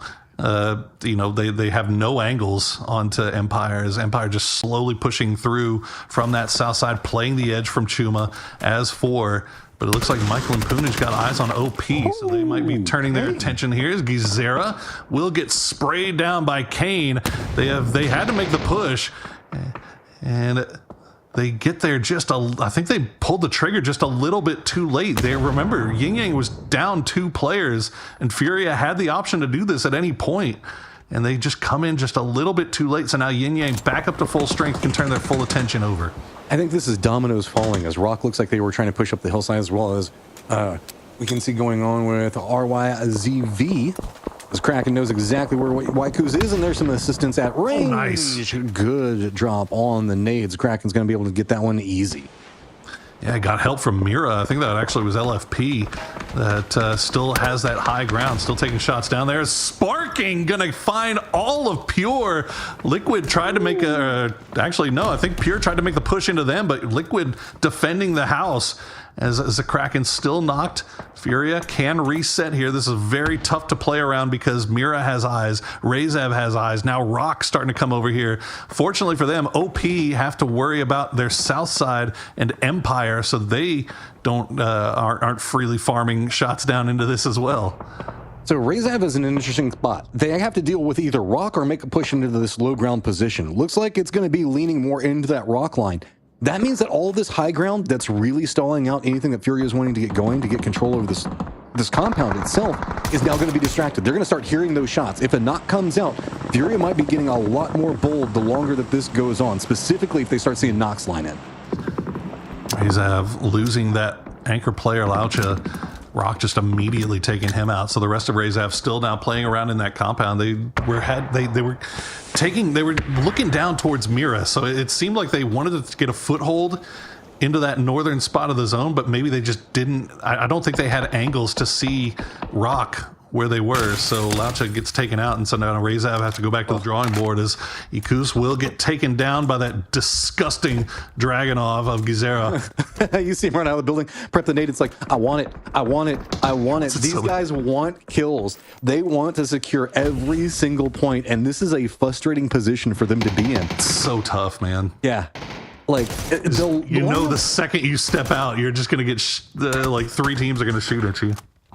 And they had a small opportunity to make a rotate, but it's smart that they didn't. So with this, the longer that it goes on, we can see that Ying has managed to regroup at least all together with the 3 down there. So it means most of the compound now belongs to Furia. Rock has been having to deal with a whole ton of stuff. Rotators, we still got in play. We still got Ravak, as well as we've got Mira. Mira's going to be making a rotate. They've already got a foothold in, and they should be fine. But really, Team Liquid and the last member for QAD are very close to each other right over there in the east. And so that could only be a matter of time before one of them spots the other. Yeah, Rezav holding on to that high ground as long as they can. They do get that knock on Amira, but they should be able to get him back on his feet. So Mira hopefully will get back up to 4 strong as Alcatsia will go down as Team Liquid are down to, I think they're just down to Kurt and Sparking. I think so. Their way in from that eastern side. They're going to go south where Empire has just been dominating. All right, nowhere to go, so just send it down the hillside, rolls right into the only open compound. But right as they jump out, Furia just gets to watch all of the bodies tumble out of the vehicle. I mean, yeah, Rezav, they had one choice at that point. I mean, if all they had is the bus, there was no way they were going to climb up the hill into the north side where Rock was, and they already knew that Rock was looking over there. So they already lost one. Yeah, it was the only option that they had, and it was bad. So, but Furia and Yin Yang just an uneasy truce as the low side, the bowl ends up getting circle of. Mira still looking around on that south side. Haven't run into Empire just yet, as Empire has cleaned out most of OP. Pippa the last one remaining, and now they're looking over towards Team Liquid. Purdy Curdy and Sparking trying to find a pathway into this next zone. This is such an interesting circle whenever we look at it. It's just like you're talking about. The bowl has been getting a lot of the love, so that means that there are the hillsides to be played. But the high ground is slowly getting pushed out of this. This isn't like a crater firefight where you can play the outside lines of the crater and kind of peek up back and forth. Some positions allow that, but you're slowly starting to be funneled into this point where you've been harassing a lot of teams, and now you're going to be walking potentially downhill directly into a bloodbath. We just saw it a second ago. So these teams are now starting to get measures of what's going to be going on around them. Specifically, it's going to be very hard for teams like Empire. If they let Team Liquid sneak in back behind them, they're going to be in some trouble. But Team Liquid already did take a couple of shots. You can see the Empire not even looking on the minimap down there. They're all looking down into the southeast, and they have eyes on Team Liquid's positioning. Yeah, Empire's spot right now is great. Toyo and Rock, they need to make some decisions here. They are both full strength. They both know that the other team is there, but they have not really had a chance to engage. I mean, if one of them, like this fight right now, you could take a 4v4 and not have to worry about getting third-partied eventually, right? Because nobody's going to be able to push up the hill to get into that. So this is about the fairest fight you're going to get from these teams. And if this circle goes their way, they can keep that high ground, and that is a surefire path into a victory. As Sparking now has the rock to hide behind. Shinboy knocked by Sparking as Shinboy just looking in the wrong direction maybe. And can they get there in time to get the res? He can. Oh, that could be a big point for Team Liquid. Empire, though, I mean, if they had the numbers, they just thought that they had it locked. You can't afford to turn away from a player like Sparking. He will punish you so quickly. So, circle setting in 30 seconds before it firmly collapses. Toyo's, Rock, like you were talking about, eyeing each other up into the north. In the middle of it all, we still got Yin Yang, Furia, uncomfortable neighbors into the south. It's going to be Mira and Empire. Empire now, with not having to deal with Team Liquid, has to decide how they want to deal with Mira that's due west of. I think Toyo's taking a little bit too much here. They've got 2 looking down to the south towards Empire, but they know that they've got Rock just on the north side. So Emmy and Benya both just having so much pressure being put onto them to make sure that Rock doesn't push through. But Rock for their part, they've got to make a decision here. They're 4 strong. Yep, they've got a lot of util. Now they're going to make the push here. And here come the utility. Good on Toyo for keeping on the move. I mean, Toyo is just going to have to keep the fancy feet up, but with the new circle pop, they put themselves into a sandwich position. Rock wants to be the aggressors in this one. They want to see if they can pick up the kills and buy some more space to work around. Mira has already made a directed push into Empire, so that makes this an entirely contained firefight. A knock is instantly going to spin it one side or the other.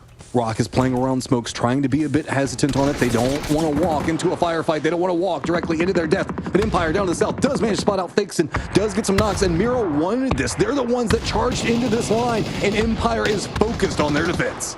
Empire's having a heck of a game for themselves so far. They do lose Balefrost there as we cut back over to Toyo, still waiting for Rock to make that push. Rock being very methodical as we see Empire now losing Punaj and Michael, and Empire is going to get taken down. So Mira does come out on top of that fight, but now this one's starting to play out here as Biel will trade Benya, and now Rock down to just 3 cents is going to go down as well. And now RBN down as he gets taken down by the emergency cover. Oh no. Came out of nowhere. And now Souls is the last player left alive with a 1v1 with Capitan. They have to make the commitment. So what do? Souls doesn't have too many options. He's just going to go for meds. He's going to have to be charging forward. Blue zone crouching right up back behind them. The res does come through. Souls just look like he's looking for points. He's got to get the knocks. He takes the bad end of the trade. Just trying to juke around to Capitan. Gonna finally finish it out. Has to run back, get whatever they can. Emmy's just going to go ahead and go down. There's nothing that they can really do about it. So 2 members of Toyo running down, but let's not forget, Mira did just win that firefight. They've got vision on it, and yeah, let's go ahead and throw in mortars too. Oh man, Capitan, he's going to go down. Yeah, there's just nowhere he can play. Yeah, I mean, the second he goes on the other side of the hill, he just gets lit up by Yin Yang. I cannot believe that Yin Yang and Furia get this compound, that the circle falls on top of this compound completely. Mira, the winners of the outside on the outskirts, the high side, they've got 4 left alive. They've got 5 kills, and that was a huge victory for them, taking out Empire on that south side.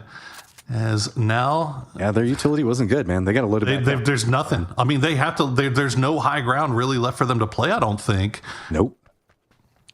I mean, everything that's inside this next zone is down on the downhill side. I mean, they could maybe squeeze their way back over into the west, kind of where we see Fauna playing from, but that's not really good either.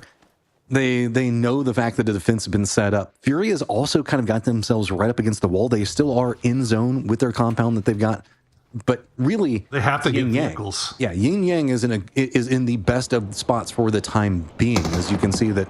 The way that they're kind of separated out, Furia knows this. They're trying to figure out, okay, how do we do this? How do we make the push? And they're hoping that maybe Mira will be the distraction with the vehicles, crash into Ying's side, and then chase down the win. Oh, this is a filthy rooftop spot from Gizera. I mean, honestly, everything's playing out perfectly for Furia because Mira is going to have to crash into Yin Yang.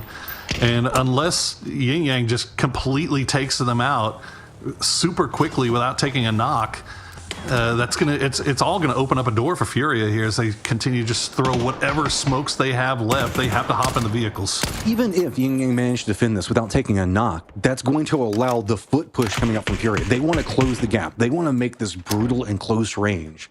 And so any distraction that they can use, you can see Furia starting to line up next to each other. If they can make the charge to go after it, they want it. They know that we're in phase number 8. They're going to be the odd team out. So here it goes. Mira pushing down, rolling right through the smokes. Shots coming up from everybody. Gizera gets 1. And the grenades to follow from the high spot here. Ikus will finish off VHC, but Mira does manage to get 3 down here. LFP and Fauna very, very low as the grenade from Haven, and now Kane pushing with the shoddy in hand will try to take care of the rest of them, and they do so. And Yin Yang holding the line here with help from Furia, but they do take a knock, and now Furia have to open up the door here. They know Ikus is by himself. They know that they have the priority onto this push. Good spray, though, will force Haven back. I mean, just good defense coming over from Mike, who's he needs to buy as much time as he can to let the other members reset. Finally, back on his feet, being delivered. They can get themselves into a better meds and helmet situation. They know that this firefight's going to be coming. The push coming up from Furia could not happen because of Waiku's positioning. So now it's all on defense. Furia looks like they're making a committed. They did manage to get control over the center of the circle, but it does not feel good. No, it doesn't. It doesn't at all. Ikus is going to be the one that has to move first here. This is a little dangerous spot there from Haven. I don't know if the roof is where you want to play this time. Posa just waiting for that circle to force Ikus into the open. The smokes are starting to go away. The grenades, I don't know how many he's got left, but that's a good one. Oh, he gets him again! No! How does this happen? How many times? And now Yin Yang, they were all but dead as Ikus will get spotted out by Posa. It's a 2v2 for the win here. Posa has that high ground though, but Yin Yang has made it in, and he's gonna get spotted by Jappa. And now it's a 2v1. Kane and Jappa will hold it off, and Yin Yang inexplicably gets the win. That is such a crazy ending. It started to feel like momentum was shifting. Furia did get control over the center, but Waikuza's defense to not allow the rest of the squad to jump on the weakened squad from Yin Yang, and then just a set of catastrophes. The Falls Furia, that is 2 times in one game? In one game. That we saw the cover get a knock. That is Cover is crazy. undefeated. Cover emergency Blue Zone. cover. Too strong. Emergency cover with its teammate, the Blue Zone. What a victory for Yin Yang. I mean, remember, they were in that compound from like C2, C1 even. Like they were surrounded forever. Now, obviously, the circle kept going on and on, but you can't tell me that was in any way, shape, or form an easy game for Yin Yang. And I mean, they get a little bit of luck going their way due to the misfortune of Furia, but the work from Ikus, as you pointed out, huge stuff for them. And then at the end, it just came down to just a straight up fight that they won. I mean, and it's also about paying attention. You got to handle, whenever something weird happens and you have the capabilities to exploit it, that's what you do. And you saw the moment that they realized what had happened, Yin Yang just charged forward. I mean, karma coming up big for them as they were the original owners of the compound, and they end with it as well. They just hold on to all the real estate value all the way into the end. Well, good for them. Well, we do have a leaderboard that we can show you, but this is after game 1. So now that we've got match 2, we'll wait for that one to update. But after one match, Furia, remember, got that victory in game number 1. OP right behind them. Team Fate, Alcacia, all with double-digit points. LG, Pure RNG, Bestia, and Rock round out the top 8 after the first game. So with our spoilers of game number 2, we know that Furia is going to be in a great position overall to start with. But let's not forget about the fact that we've got to look through and kind of see Yin Yang. They didn't have, with that 14th place, it's going to be a good game for them, get them back into a pretty solid position. But it really does start to feel like Furia is just playing on a super level, at least on Miramar so far. They're looking really good so far. Well, we are going to take a quick break. When we come back, we will get ready to switch over maps and go to game number 3.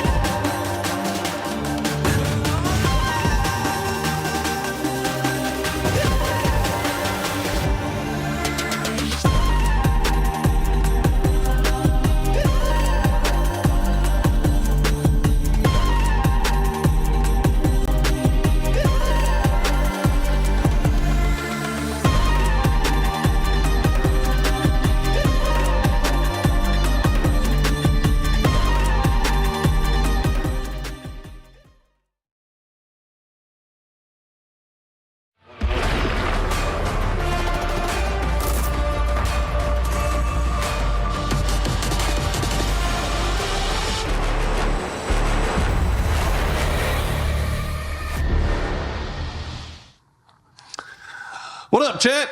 We are back after 2 games down on Miramar. This most recent one won by Yin Yang somehow, some way, but Furia has been top 2 through both, and now we are switching over and we're going to Tego.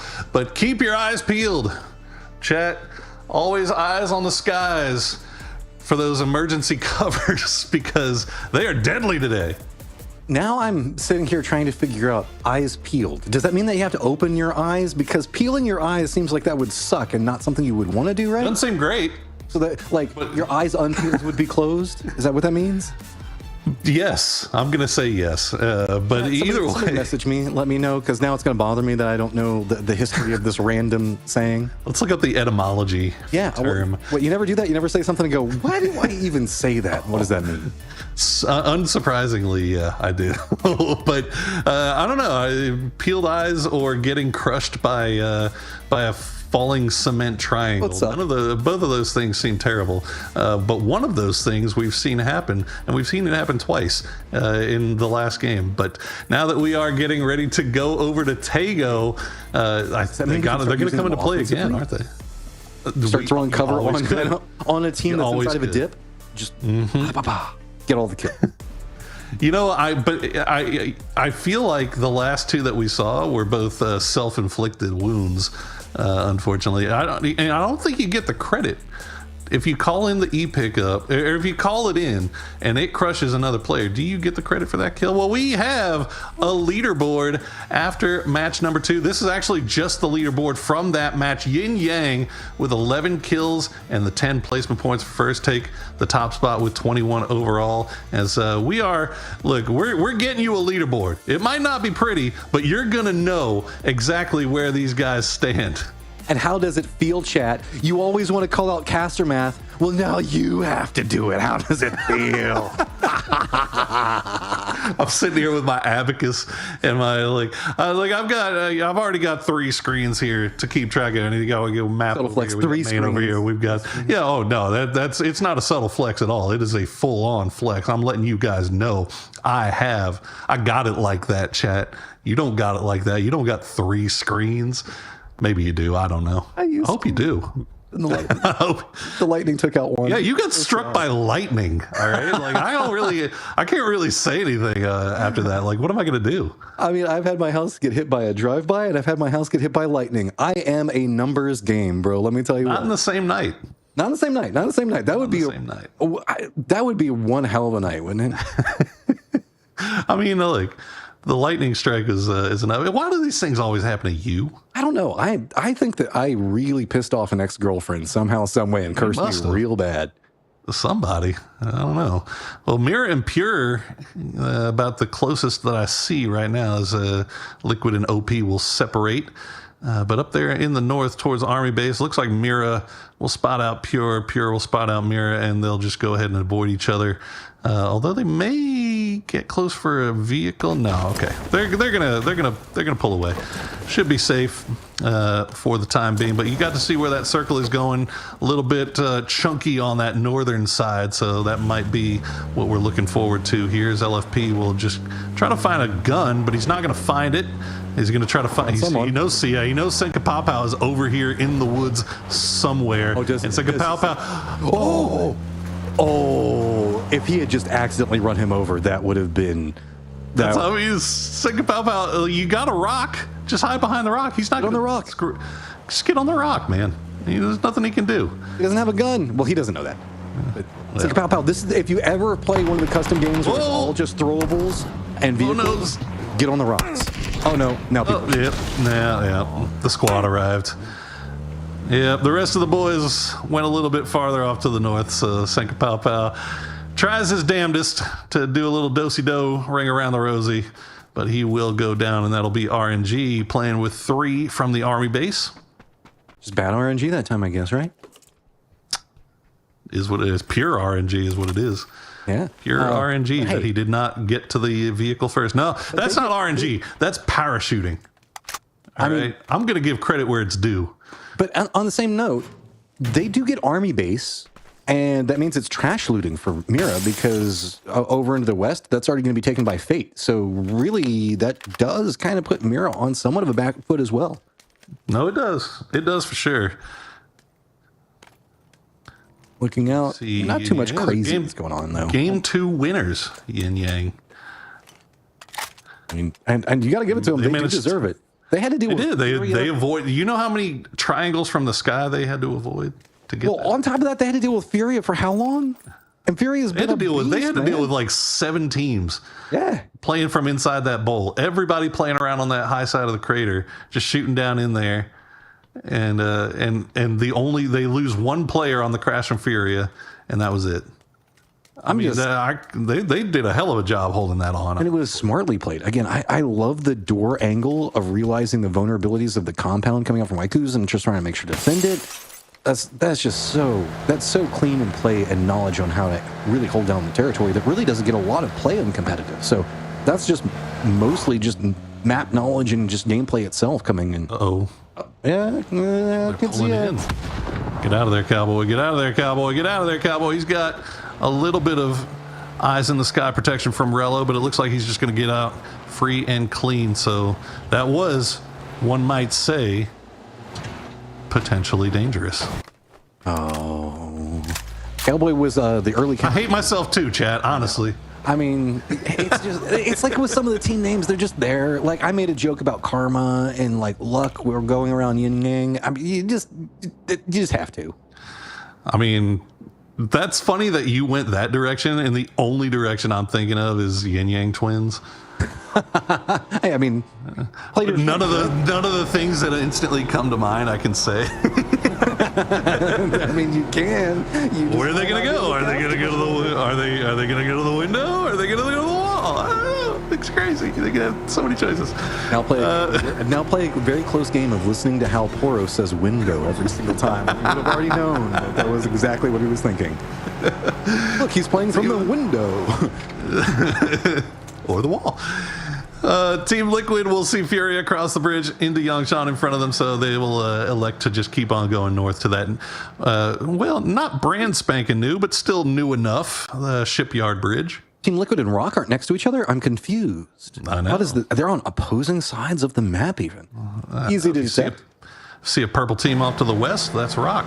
You see a purple team off to the east, that is your boys. On Miramar, they were just on top of each other, like the same team near on, quite regularly. So, interesting to see that most of the teams are thinking that this is going to still play pretty close to the river. And I mean, it's. I think they're thinking, okay, it's chunky on the North Island, so we'll probably go north, but we don't want to commit so deep that just in case it still plays 50-50 on C2 that we don't have a half in, as Cowboy will spot out DraftKings. DraftKings, he's had a rough day so far here. Bestia will lose him early, and lucky that they didn't lose 2, honestly, is Alcacia being very, very sneaky on that low side. This is a very interesting split to play around this territory. It gives them a lot of control to really hold down on these hillsides. If anybody moves into the valley, given the fact that there are maybe up to 4 teams that might think about kind of making a run along this line, there's a lot of potential kill points on this. But the problem with it is it also kind of leaves you a bit stranded. So you have to be careful. You have to make sure that you don't let anybody crest any of these hills around you. And that's why they're trying to make sure that they can shoot Bestia away from them. I don't think this is a spot that Alcacia wants to stay at. They didn't want to go here, but they're here and they're making something out of it. Sure. But I think this is just kind of like surviving for that. I mean, they've got Roth in the compound. They have a spot that they can retreat to just kind of play it more. But you're not getting a whole lot of information playing inside of a dip, right? So you're not seeing what's going on around you. I think that they spotted out Bestia on the top of the hill. They just hung around long enough to make sure that none of the rest of Bestia was hanging around, and now they'll go ahead and pull back to a place maybe a little bit more visibility. That's what I was thinking too, but they keep hopping in vehicles and they like maneuver the vehicles to make them in a safer position, and then they hop back out and then they go back for control of territory. It's a very peculiar situation. It's like they're trying to measure the strength of the location and feel it out. Well, Rezav, they were engaged with OP a little bit. No big shots taken, but they know that OP has that compound. And yeah, you can see their trailing members getting shot at here. The decision, though, is do we go for the bridge knowing that OP is there? Looks like they'll try to make their way a little bit closer over that direction. Yeah, they're going to go for it. This is dangerous stuff here from Riyadh. And fortunately, it looks like they're going to get everybody across before losing anybody. They got knocked a little bit low. Yeah, and looks like they should be safe, but they got to get away from the coastline. They got to, I was going to say, why are they riding right along the coastline? That means that they can still see them and shoot them. I mean, it's a tough decision if you're Riyadh, right? Because you know that there's most likely a team in Palace, most likely a team playing in the hills above Palace, so you can't just send it straight in. Otherwise, you're just going to find yourself right out of the frying pan and into the fire, right? So they do lose one, unfortunately, but they make their way across, and they didn't run into anything worse than getting shot at in the back, although Laucha now going to get spotted out by Pippa. That should be resable, I would think, though. You would think, but I mean, there's a couple of, like, you can use a bit of that hillside, and yeah, Palaces can be scary, but like you haven't been shot from that angle yet. Nothing has come out of there, and yeah, Bestia's in there, but they're playing north, closer to Kadzia. Yeah, it's I wouldn't say it's necessarily an error, but it's interesting to see that they're showing so much hesitation in that. And yeah, they're coming in with no information, and we have the eye in the sky, and we know that. But at the same time, you'd think that they'd make a couple of plays around it, especially now that they're essentially sending it into Palace. Yeah, I think Bestia hearing those vehicles from Martin on the east side. Yeah, as soon as Martin from Riyadh entered into on the east side of Palace, you saw Bestia immediately just start shooting in the air, and then they take their vehicle. So I don't think they like their situation there. As Qadiyah is unfortunately covering up Palace right now. We do love Qadiyah, though, and PlayStation tournaments. Thank you very much for the sponsorship. But for the time being, Riyadh and Bestia will just share Palace, it looks like, as the circle is going to cut down to the south. So still a good amount of the mainland still in, but it most likely is going to cut back to the north. So all those teams that were playing to the south are making their way over. OP being the first, and now Rock running into Empire on that westernmost bridge. Or Empire technically running into Rock there, is kind of where that one goes. Yeah. Kadzia is still running there, as we're now running a 2-2 split, still leaning into that hillside, and that's going to be pretty centered. So that's going to be pretty strong for them. Empire, odd team out. Yeah, they can still play around Fishing Camp. They can still play the south, but they don't really like it. So they're hopping in vehicles, rotating around. Tell you what, man. Getting closer and closer to Bestia. There's a shocking amount of teams coming in from the north in this circle. And I'm not sure how many of these guys would be thinking there'd be this many teams up here. But we'll keep an eye on that. It's potentially dangerous, starting to flex out a little bit as they heard OP make their way in. You see the vehicle fort being set up for OP, and for the most part, it looks like they should be safe right now, but potentially dangerous. I mean, they can just send shots into this all they want, really. The only team that they have to worry about getting shot at maybe is Rock. You can see Gabriel kind of looking over in that direction, making sure he keeps track of Fantastico. A few shots will keep him honest. So, kind of settled in. We did see the deployable cover get called in, and I didn't see a knock, so apparently Nobody died. Not bloodthirsty yet. I guess it develops the longer that the circles go on. Teams that you were talking about. Slabby. Look at Slabby. Yeah. Oh, you sneaky boy. He's managed to make his way. I mean, OP is just crawling around on their bellies, just trying to avoid the shots from Glock. Yeah, Slabby. Oh, that's a good grenade. Yeah, Slabby trying to jump peek that. And that's a little bit of an undercooked grenade there from Farivero. Knocked below. Slabby will try to make the peek, trying to make the spray. Will do. It gets him so low, but has to pull back down. But Enzito from Bestia is going to get the knock here as they're finally getting an angle from Palace. Yeah, Slabby knows that. He's got to run. Get out. Yeah, he knows that that's going to be a third party. He cannot risk that position anymore. Get himself some rock cover to work around. While this is going on, Riyadh has to be careful. They do have, it looks like, one of the members from Outlaws that are creeping up back behind them. So potentially dangerous. Look like they're going for a regroup. Zia actually did hear this one. Roth also stretches down pretty far away from where they were originally to see if maybe he can pick up a kill. He's not going to find one just yet. Team Liquid also did manage to try to jump positions up into the circle because they were an outlier team up in that northern area you were talking about, Poro. They now have to deal with Furia very close range, and it is problematic for them. Yeah, that Fury position has been a problem here. Pure actually stopping their rotation. They're eating a little bit of blue here as Team Liquid is getting shot at from Yin Yang and from Furia after taking that initial knock. Purdy Curdy will get taken down as Mira will take a knock as well as now Outlaws starting to make their way up on the coast. You see Alo is gone as well. So Team Liquid down to just down to Luke 12. Yeah, last player left alive. Oh, and he's going to be very close to Kensia. New circle has popped. Furia has to make a move. So Kensia managed to hold on to the center on that hillside still. Outlier teams we're looking at is going to be Mira, Fate, Rock. Empire's managed to call an emergency pickup. Should put them into a good spot. Everything's pretty much settled except for Pure RNG. Remember, they're still going to have to contend with that Furia line. There's a compound still on this northern side, just north of Alcacia, that's completely empty. LG's looking at it right now, but they are also split. Oh no, Luke's gonna... He was getting shot and he had to jump out of the vehicle. Yeah, it is what it is. All right, well, GG go next. But look at all this stuff coming from the west, wrapping on that northern side, and LG with this big, wide split. They've got Vox and Gats looking over in that direction, but Bizzler kind of has to go back and get the vehicle. I think Snakers may have spotted out that this compound is unoccupied, and that may be huge for LG here. This is an area that we don't tend to see a lot, so the easiest way for a lot of you guys to imagine it is, you know, the Badlands that are just kind of to the west of school on Erangel, where they've got that big hill that kind of rises out of the thick of it. That's going to be Kadzia and what they're playing.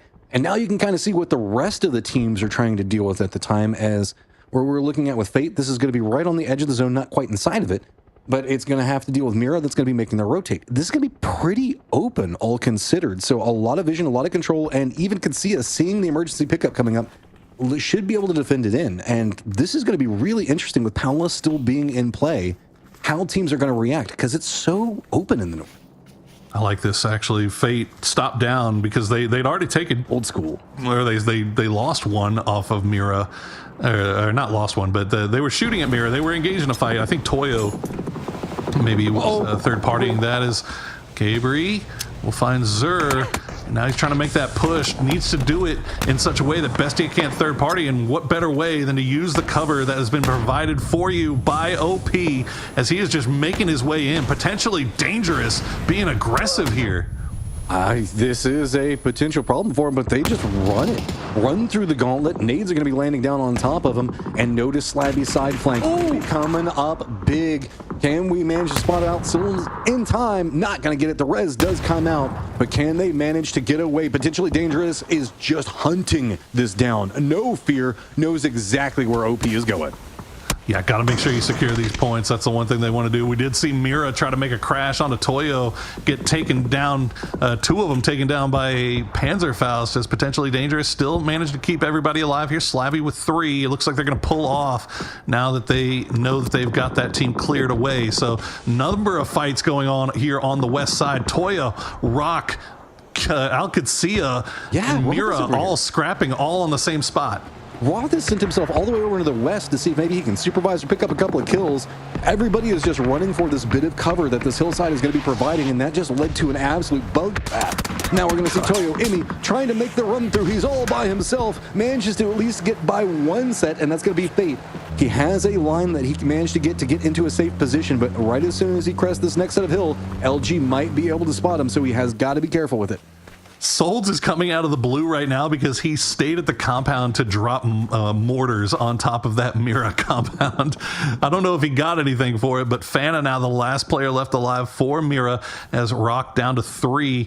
They've got to avoid, I think they know that P potentially dangerous is down to the south. They're looking down that way to see if they can find an angle, but no angle is revealing itself. Meanwhile, Fate finally get back on the move. They're wrapping up to the north where Furia and Pure still eating blue zone as they have just been coming in so slow. But Furia's not even looking there. I'm a bit worried with this. Rock, I don't think has information on what's going on the northern side of the hill. They're being very slow in this rotate, and that means it's going to put them in a pretty odd man out situation if they're not careful. They know that they've got a squad down to the south of them with potentially dangerous in the firefights that were going on. I'm assuming they're looking for everybody from Mira, but they have to be careful with this. The longer they stay here, the worse situation is going to get right on the edge of the zone as Kadzia is firmly regrouping. And to the north, Fate now has a hillside to work from. Yeah, I could see it taking 3 into the compound right on that southwestern edge. Fate, meanwhile, stopping down to peek over the ridge to see what is in store for them, and does not look like they like what they see. Meanwhile, LG did take that compound that they got completely for free. I think the only shots they took may have been a random spray from Cowboy on that south side. Meanwhile, Palace is starting to get pretty occupied here as Outlaws, Empire, and Bestia, and Razav all taking their spot here. But Fate had to go somewhere. They're going to push right into Furia, but RNG striking from the blue at the worst possible time for Furia. Penta is down, and Valiant's still in the blue. You can see him ticking away. Rafa's going to get spotted out as well, and now that opens a door for Fate. Furia is absolutely furious. They need to spin this back around to Crack and Posa. Now having to deal with Fate coming in on one side of it. Valiant's going to be encroaching on the other side. But Ying actually hears this. They're hopping inside of vehicles. Look like they might want to try to join the party as well. Everybody is pouncing on Furia, but they're somehow managing to hold it together with these two eyes locked in onto Fate right now. Tons of smoke going down and entirely stalled out this firefight. There you go, Tater. Ying getting up in front of Valiant, and now Valiant could potentially backstab them. Oh my, Valiant has not been spotted out just yet. Team Fate managed to get everybody back on their feet, however, as the Kraken will try to escape in the vehicle with 5 HP. Posa will get taken out. Fate up to 4 kills. And now there's Valiant. He strikes. He will find Ikuz, but when he gets the flush as well, he's still alive. He's right inside the zone. He's got a little bit of cover with that tree, but Fate now knows exactly where he is. Ying has now decided that they're going to shift down. One of their members, New Circle, has popped, so that means that this is an entirely open area. They're going to have to make a push out. Fate has already looked over into the west. They know it's not clear, but they have a path if they push down to the south right now, but it's going to be pretty close to LG. Yeah, this is tough. This is tough for Fate here, as Japa will get spotted out by the snake in the grass, Emmy. So Yin Yang, they tried to send 2 up here to the north, just a third party, and maybe steal some kills, and they end up losing 2 for it, as now the fight in the palace will finally pop off, as Outlaws will find Poonage. Empire has got to be careful. They're pinched in between these positions. Bestia hears this. They're trying to regroup right now. Potentially Dangerous is caught out taking some shots at the end of what's going to be going on Razak. So now with this happening, you can see Outlaws. They're playing the outside walls, trying to see if they can get more knocks, more pushes in, as Razak is going to go down. Empire under duress. Too many angles. Nowhere really for cover. Going to start going for the smokes. While this is happening, Rock is actually shifting it from the north. That's going to distract Ying. Ying looked like they were trying to backstab on what was going on with Outlaws, so Outlaws gets more space that they did not have a moment ago. 500 things happening all at once. Alcacia making their way and backfilling Rock. They're going to get there in time to see potentially Dangerous, as Empire still trying to stay alive. Balefrost now the last player left alive. He's getting shot at by Yakamasi from range down to 9 HP. And now Empire, he's got... Oh, he's going to miss it though. He's not going to find the Panzerfaust. He knows that there's a guy right there. But we'll at least have time to stop down to heal up here, as Outlaw's doing a hell of a job keeping everybody alive, pushing through here. I mean, it's very difficult to make this push. Luckily, the fact that what was going on inside made it its own contained fight. Eyes on to Balefrost right now. How bold are you going to be? Numbers now coming through off of it. Balefrost trying to get his meds back into a better position, but he doesn't have the time. Too many people making push. Does manage to get the knock on a 1. Can he manage to get the flushes out before the reinforcements come? No, he cannot. He had to make a look there. Unfortunately, can't get the flush, can't get the points, so Outlaws get Curry back up on his feet. But now Yin Yang has arrived. They're kind of taking shots in from that high side here. Potentially Dangerous, down to just, I'm going to say Nova. Nova will find 1. He's going to find Cowboy. He's going to get a second one here, as Alcacia, they're down 2. They have run into a very, very dangerous snake in the grass here. Actually down to just D, as the flashbangs will keep him from going for this revive. What do you do at this point? You're getting some information. You can see that Natavan is kind of playing in this lower area. They should get that fed over, so they should have enough time to go for this res, but that is going to cost them at least... Oh, now he has to go for the peek up. He can't make the committed in. Now the peek's coming around from potentially Dangerous. There's no real options. D, all by his lonesome, up on this hillside, while he has all the information. He has exactly where he's at. The trees are not going to be enough, and Natavan manages to take him down. I don't know what his name is, guys, but whatever it is, we need to remember it because he just 1v4'd Al Qudsiya and put them on blast. And now he's got a nice position to work with on the southwestern side of this new circle. LG finally having to leave their compound. They've got Fate just off to their east. Meanwhile, Palace still has to come to an end as 9-1 is down. Yakamasi and Curry just surviving through the smokes. They've got Yin Yang, 2 from Yin Yang with that high ground. Just Kane and Trisk looking down onto them, but they have some room to maneuver. Still looks like they might be able to get back up to 3 strong. Bestia is still in control over the western front for Palace. Looks like Ying doesn't really like that, so they're sending one of their members a bit further north, but that means that Fate should get some information. The foot push coming out from Luminosity over here is going to pay up pretty big. You can see not a lot of kills for them just quite yet. They've been playing around territory for quite a while. So with this, they're going to be able to spot out a bit of that rotation from Team Fate. You can see, kind of shoo them back down into Palaces.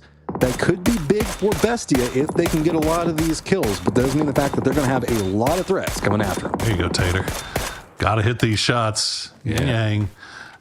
They were pretty free to just kind of farm onto OW for the longest, and now Trisk will get knocked. I believe it's going to be down to just Kane. Tater wants him too. He knows exactly he's where he right is. on top of him. Tim Fee trying to provide some support, but it's hard to provide support for somebody like Tater who's just going to push in. He wants that 1v1. He thinks he can win it every time. We do have Outlaws. It does look like they've spotted out Mime, who's playing right along the zone wall, pretty far to the south. Rest of the Bestia pretty defended in. You can see Outlaws, while they did do a great job of pushing through Palace and picking up a lot of kills, the last couple of feet are going to be the absolute worst. Nowhere that they can really go. They're just going to have to hunker down inside the blue, and it's just a matter of, do you go for the play or do you just surrender it over to blue? I mean, if you're Outlaws, I think that you just got to try to go for it. And yep, that is going to cost them. It means that we are now down to our top 5. Look at this. Very good stuff from Bestia. Yeah. Remember, they were, I think, our first team that ran into Palace, and they have managed to collect a nice little stack of kills for themselves, and they'll be playing with 3 up from that south side. Now, you do have that snake in the grass from Potentially Dangerous.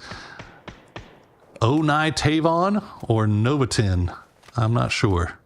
I'm going with Knights. Yeah, it's either Novatin backwards or Onai Tavon. I'm sure somebody in the chat will let us know.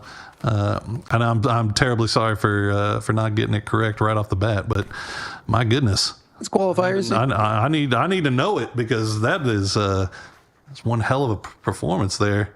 Okay, so here's the lay of the land, everybody. We've got LG that's going to be over to the west. We've got Fate that is going to be into the northeast.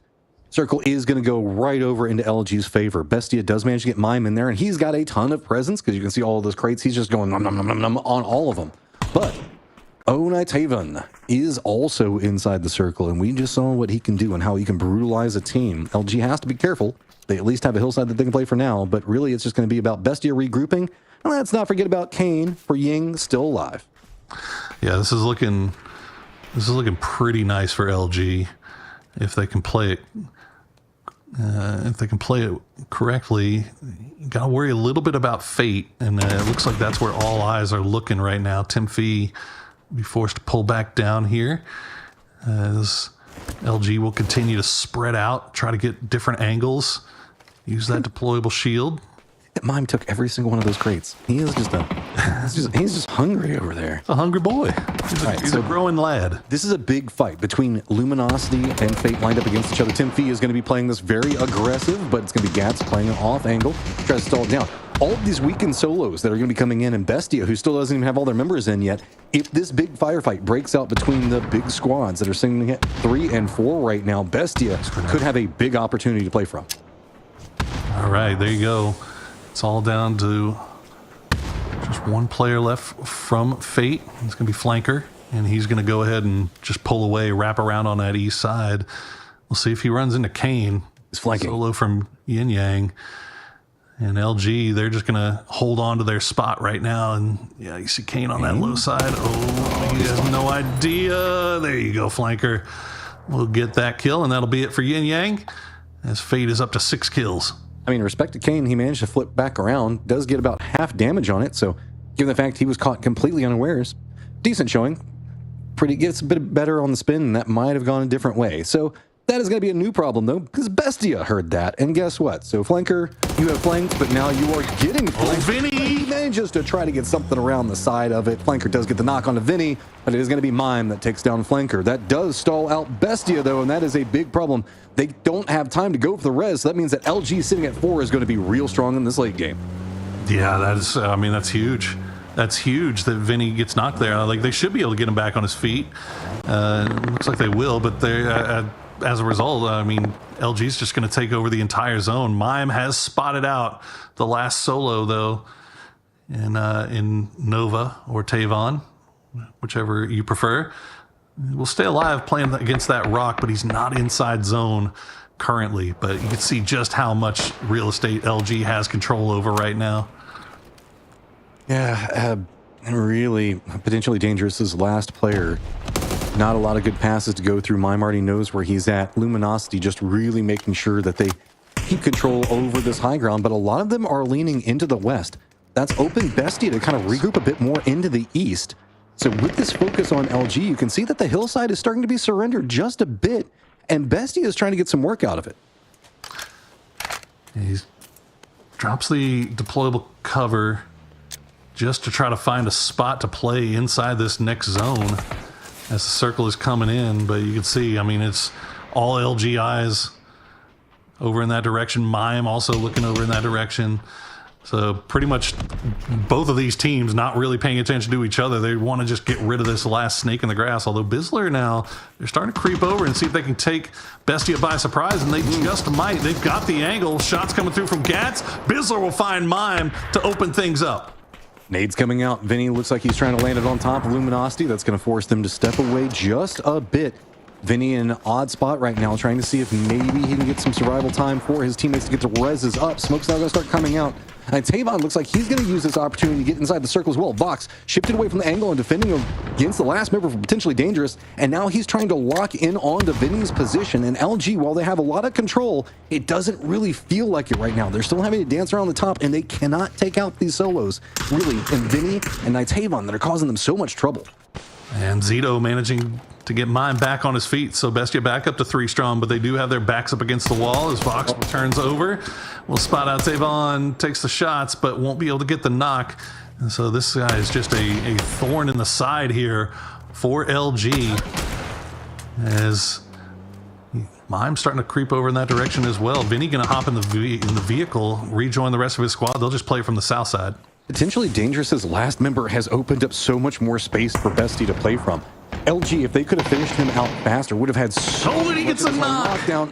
And that's going to be on the Bestie, and Zito is going to go down. Mime now has to also hunker down a bit more. Finally, potentially Dangerous goes out. Luminosity can exploit their high ground. Can Mime's positioning be enough? Vinny has crept in right down below him. Can he make the hero play for his squad? He's got a US to work with. That's about it. But you can see it's just getting peppered with flashbangs. The man is not going to see anything for the next week straight as Gats will just run right up onto him. And that'll be a easy win for Luminosity Gaming in match number 3. Finally seeing the light and picking up some good points. So with this, Luminosity going to be in a much better position. They're going to be able to carry it through. But there was a lot of very big plays coming out from this, potentially Dangerous. I mean, what we saw them coming out with sending out Slabby and the way that they were navigating a lot of this firefight, they felt very comfortable on that map. They did. I mean, they looked really good playing from playing just around the hillsides, really, and especially considering how wild that western side was. And you saw them being really aggressive early on against OP, like just using that smoke, using the cover that OP provided themselves to make that push in, even though they knew that they were going to get third-partied from Bestia, still making that aggressive play to go out there and try to get as many points as possible. And in the end, they get third place. So very well done there. I mean, shout out to Bestie as well, doing a great job of controlling over that area around Palace. Managed to pick up a couple of kills out of that. And then we're really trying to use the solo to get into a better position. But Luminosity, just with the numbers advantage, did such a great job in consistently making sure that they controlled any corridor and pathing and just locked it down.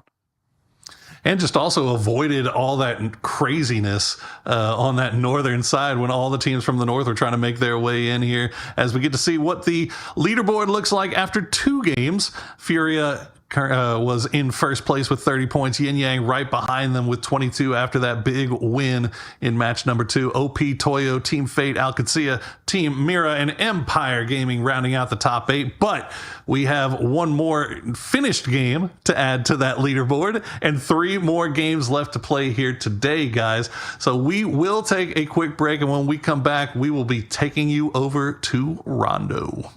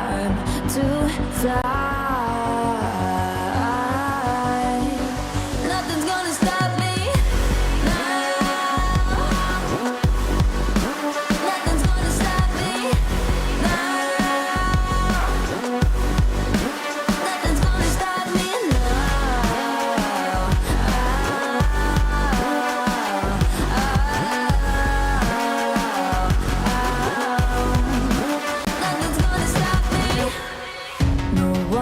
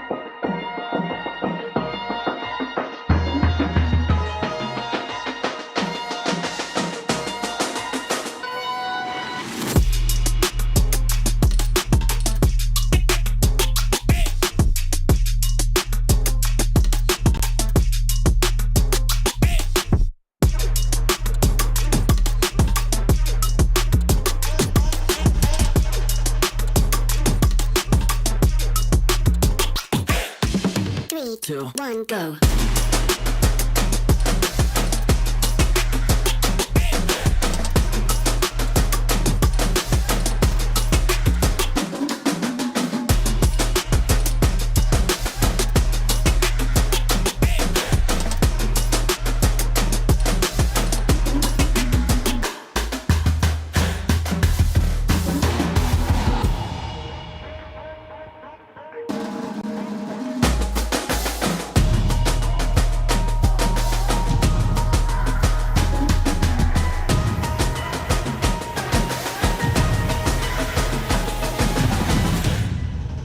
3, 2, 1, go.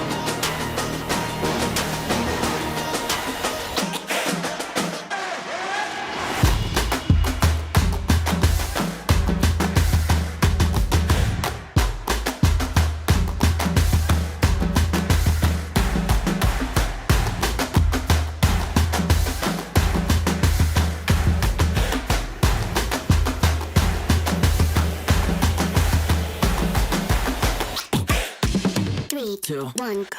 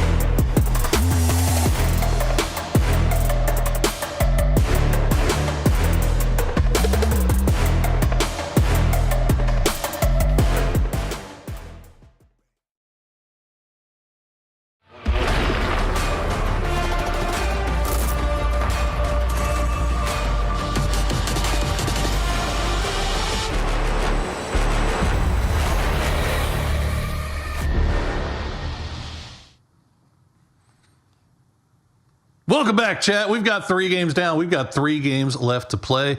And now that we've got Miramar and Tego out of the way, it's time to head over to Rondo, where we will see, I'm sure, maybe a 4th new game winner. Why not? They had, I think Europe had 6 different game winners in day 1. Yeah, but you got to keep up with them, right? You do have to be a bit concerned with the consistency that Furia is already pumping out, in my opinion. While they aren't taking all of the games, they are taking a lot of points all in a row. I mean, they have been looking pretty good. Now, that last game notwithstanding, but, you can't win them all, right? I mean, they still picked up a couple of kills in it, so that's not even the worst. They did. Well, here we go with our fancy... look, guys, the API is just not working out for us today, so we're going to give you the scores as best we can. LG with 16 points off of that victory. Bestia right behind them after playing out of that Palace position, but potentially dangerous with Tavon. I've received confirmation. It's Tavon, especially after that 1v4 against Al Qadsiya. Managed to get them third place, and there you go. You see everybody with their points all the way down the line. Did we have any 0 bangers that time? It looks like everybody managed to get. Why'd you have to say it? It feels bad, man. Feels bad. Well, Liquid has plenty of time to rewrite the ship, as we've got. That's why we play 18, right? We've got 15 games left to play. It's fine. But yeah, whenever there's top 8, yeah. But whenever you're going for the top 3, and we see Furia pretty much being as dominant as they've been so far, that means that you're going for the top 2 after that, and it's been hard. The first couple of games have been hard. Let's not crown Furia just yet. I'm not. I'm just saying the fact that Liquid needs to start pumping something out if they're wanting to get competitive on this. That I can't agree with you on. Now, I will say during the group stages, though, we did see Duel win 2 games on the first day. They looked great, and then they ended up in the LCQ, and then now they're not here. So even having a very good day 1 doesn't really help unless you have a good day 2, good day 3, right? But it does feel like it's a lot harder to climb out of the cellar when you get a slow start, especially when you're fighting, as you said, for those top 3 spots. Those are the only ones that move on. So here we go. We're starting on Rondo, coming from the north side. Let's see. Will we see any hot drops this time? We've been avoiding them for the most part today. I mean, that's no surprise on day 1, right? With how complex... I mean, it's a little bit of a surprise. Well, no, I mean, we've got only 3 spots. So I wouldn't be surprised if a lot of teams are wanting to play a bit hesitant on day 1. Day 2, things are going to get more comfortable. And then day 3 are just going to be game 6 scrims for like the last probably 6 games, right? It's going to be like, I need any point I can get. I mean, that's usually how it plays out. I mean, but still, just saying, like, we didn't even finish the LCQ until I think yesterday or the day before, and the fact that they all managed to kind of figure out who's going to be dropping where. Although it looks like Fate and Rezav were both heading to Hermé Town, and both of them spooked each other off. So Hermé Town will remain unlooted, it appears, for the foreseeable future. Yin Yang, meanwhile, they drop high north, but they will immediately hop into cars, head off to the west, and Test Track and Neox Factory will be shared, as is custom. I mean, the plane path's pretty far over into the east, and so that means that Zhao 10 as well as Stadium not in play.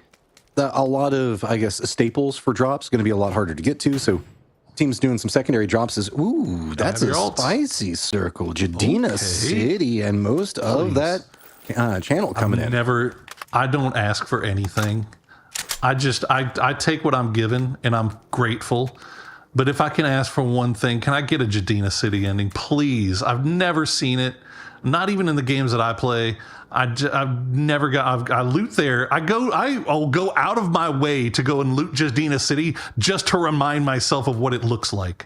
Well, it's so hard with the fact that we've got the channel that comes in around it, like the river as it kind of cuts in, and the way that the water goes into play, and it's so far east on top of that.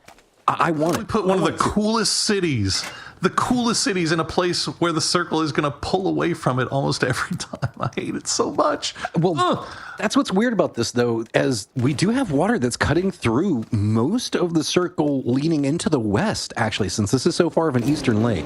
You have to assume that the circles are going to go more into that northeastern area around, like, Mehran, but... It has to, doesn't it? You would think so. Well, it just depends on what C2. But you have to remember that there's not the wall is non-playable over to the east for pretty much cutting some of it out. So this is going to be a really interesting circle to see how the math plays.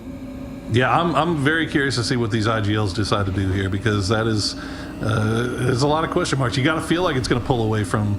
I would think that northeastern part is probably like what you said, like Mayran, like that's probably going to be where it ends up, or it might just cut hard over to the west. I honestly don't know, but IGLs are on the clock, man. They've got to figure out where they want to set up for this thing, and we'll see what they do. And this is an interesting circle, because I think, isn't this where we saw the massive kill count game? It was a circle similar to this in the PGSs whenever APAC was absolutely popped off. Could have been. I know we did have one of a circle that ended kind of around in this area where people were still coming across those bridges. That bridge on the north side, kind of right around where the J is for Jadina City, like the western side of that bridge. It was kind of like that area where Toyo is going right now. That was where the spark was, essentially. So, and it looks like Toyo's going to take that and just hope that maybe things go that way. Is OP? Seems like a little bit of bad comms on that one.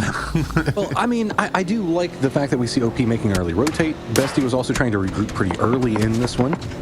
Looks like we are going to see Bestia. They have the information. They know that they've got the numbers advantage. So OP going to be coming after this one. But Bestia, are you going to even opt into defending? Looks like they're just going to cut out. But they've got Mira next to their other duo. That's really good for Bestia, though, that they were able to escape that. But yeah, I mean, Mira, they're there, but they're not like right on top of them the way that OP was right here. As a few shots will be sent in parting. Well, Mira spotted it. Bestia, but yeah, but I mean, they're in vehicles, but they're not pushing. It doesn't look like so. Yeah, they're just securing themselves in that 2-2 onto the north side of Jadina City. But it is interesting, though, to note that this is now 4 teams that have opted to go to the east side of the river. Yeah, I mean, Toyo already kind of taken that western bridge out of Jadina City. They're going to make the pass into Jadina City, but then cut up to the north. So that's going to put a lot of teams pretty much stacked on top of each other over here. Pure RNG also looks like they're regrouping across the water itself. So they're going to be playing the southern part of Jadina City. I'm curious to see if Pure sets up for a camp here. Like, this seems like a perfect place. It doesn't look like they're going to completely commit to it. Asenka Pau Pau already heading over to the north side of the river. But we'll keep an eye on it. Toyo, they spot out Bestia off in the distance, but I mean, this is one of those weird circles where you almost feel like you don't want to do an information gathering split. Instead, you just want to get 4 deep into a compounding turtle and just hope. And what you really want is an emergency pickup. You need to make sure that you're holding on to it. Do not use it early until we reveal exactly where we're going, because nobody knows. That would be very helpful. Rayzav, a few shots sent in their direction from Mira. VHC just making sure that no heads pop over that ridge line, as they are currently, as you mentioned, in that 2-2 split. So they want to peacock as much as they can to make sure that they don't get crashed. As you can see, Rayzav actually hopping in the vehicles, and it looks like the peacocking will work, and Mira will remain safe in their 2-2. But now Rayzav has to worry about OW. You can see them coming in from that northern side. Yeah, there's still some space to work around for right now, but what could be interesting is we might have a team with not very many options that'll have to play against that wall over into the east. Furia's fighting somebody right there. I think they're potentially dangerous. And Furia, yeah, because Zaren's a Kraken already taking a knock. It looks like Slabby is down 4 potentially dangerous. Haven still working the top of that rock as best he can, but he's got to go for the res, because otherwise Gizera is going to bleed out. He had to do it. And look at that, Gabri going to take the opportunity to make the push here as the Kraken will pull in. Gabri, oh no, he's got the Panzerfaust in hand and ready to go, but he's not going to spot him. He doesn't see him just yet, as another knock will come through. Gabri will spot out the Kraken as he's going to see him just as he gets taken down. Good shots from Haven. I mean, that is about as well as that could have gone. Finally, the rotate around back behind it. Glock's going to find it, get the flush out. So as well as getting the knock. Meanwhile, it looks like he's going to run back over, try to go for the reses. Tavon going to be right below Haven and Gizera, who are really on just the back foot inside of this firefight. They can peek over the top, but you can see Tavon is just waiting to go for it. Haven does get the flush out on Gabriel, though. And Slabby still having to heal up. Looks like he'll get that, though. Tavon just listening for footsteps, just feeding that information over to the rest of the team as the grenade will find half of his HP bar. Tavon will go for the push. He finds Haven, but now where is Gizera? They lost him. And Gizera playing around on the waterline. It looks like he might be able to escape. Yeah, it's just going to be trying to hide out. How much do Potentially Dangerous want this? This is actually a potentially very strong location, as this is going to be right in between where the two rivers meet, somehow don't touch. So Gizera now knows that he is being hunted. He's got to make sure that he's playing the terrain as clean as he can. Tavon looks like he's going to be the person that's leading the way for Potentially Dangerous, but they're not leaning in this direction just quite yet. Looks like Posa is still kind of left out for bait back behind, but Gizera spots that one easy. Goes for the shots back in, but no, it's going to be Tavon that picks it up. Huge there from Tavon. He had Glock dead to rights in front of a rock, and that was looking like a 2 knocks there for Gizera. That guy is absolutely cracked. As the res will come out in the smoke cloud. So another good performance here from Potentially Dangerous. That's 4 kills in the bag. They have got nobody anywhere near them here on this north side, although Team Liquid, we talked about earlier how it's weird seeing them play center circle. Well, now they're back in their comfort zone, coming in late. And also, I mean, most of the lobby now cheering happily that we do see Furia going down early. So there's more opportunity for points on this one to see if maybe you can catch up. Maybe like you were talking about, Poro, we did see Furia being strong, but maybe there's an opportunity that all 3 spots can still be open if somebody can pop off big in this one. Yeah, keeping eyes on leaderboard. Remember, guys, you can go and check out the leaderboards over on Twire. You can, I think there might be a command in the Twitch chat right now. But after 3 games, Furia was still in first place with 33 points. Yin Yang right behind him with 30. But you had Bestia, Luminosity, and Team Fate all around 23-25.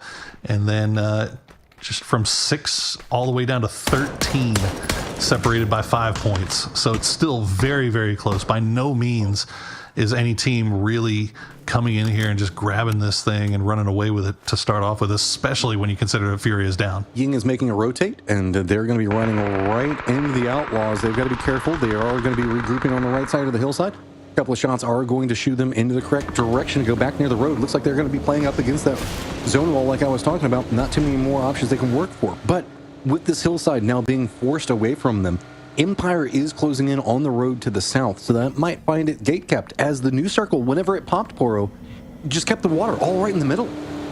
Right in the middle, and only 2 teams really on the western side of that river right now. And of course, it's our 2 purple boys, Team Liquid and Rock.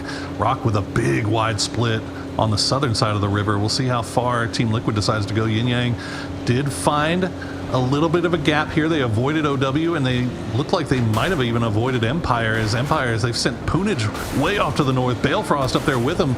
Michael and Shimboy still in Jadina City, so they're just kind of like wrapping around, trying to, I guess, get information about what's going on these edges. But meanwhile, Rezav and Mira still trading shots as Mira holds on to their compound. Empire is just going to have to let that one go, as you were talking about, but now maybe they can have an idea on how they can encroach. If they can hear how Ying Yang is getting shot at, be some opportunities. Mira's now taking a couple of shots at Ying, but Ying's already getting pretty close to making the compound. They want to go exactly after what Bestia has. Remember, Bestia was here early. They wanted this compound. Poonage getting harassed inside of the glider right now, as with all of the shots coming through, it looks like he at least managed to scout out something for his squad. Yeah, they've got a little bit of a one compound that they can play that's inside the zone right now, as we see Yin Yang and Bestia in the kill feed. Yin Yang trying to crash onto the north side. They will get the knock and a flush onto Mime, so Vinny going to have to go and rejoin. So it looks like Yin Yang and Bestia are going to share that compound for the foreseeable, as Bestia will hold on to the south side and Yin Yang will be on the north. I mean, there is some separation to be had in the compound itself, so not the biggest surprise. So good read coming out from both squads to kind of separate out. And Bestia doesn't really want to have to deal with a close-range firefight with as many squads are eyeing them, and Ying doesn't really want to have to deal with the crash right now. So beneficial for pretty much everybody in that one for the time being. We'll have to see how it continues to brew. Up to the north. West side of the river. Go ahead. Oh, I'm sorry. The west side of the river is starting to get a little bit spicy, as Team Liquid has gone far enough south to run into Rock, and now Al Qudsiya coming in from the south as well. So Rock kind of pinched here. Looks like what I was going to be talking about for just a second was Fate was pretty close to Potentially Dangerous, but they managed to squeak by.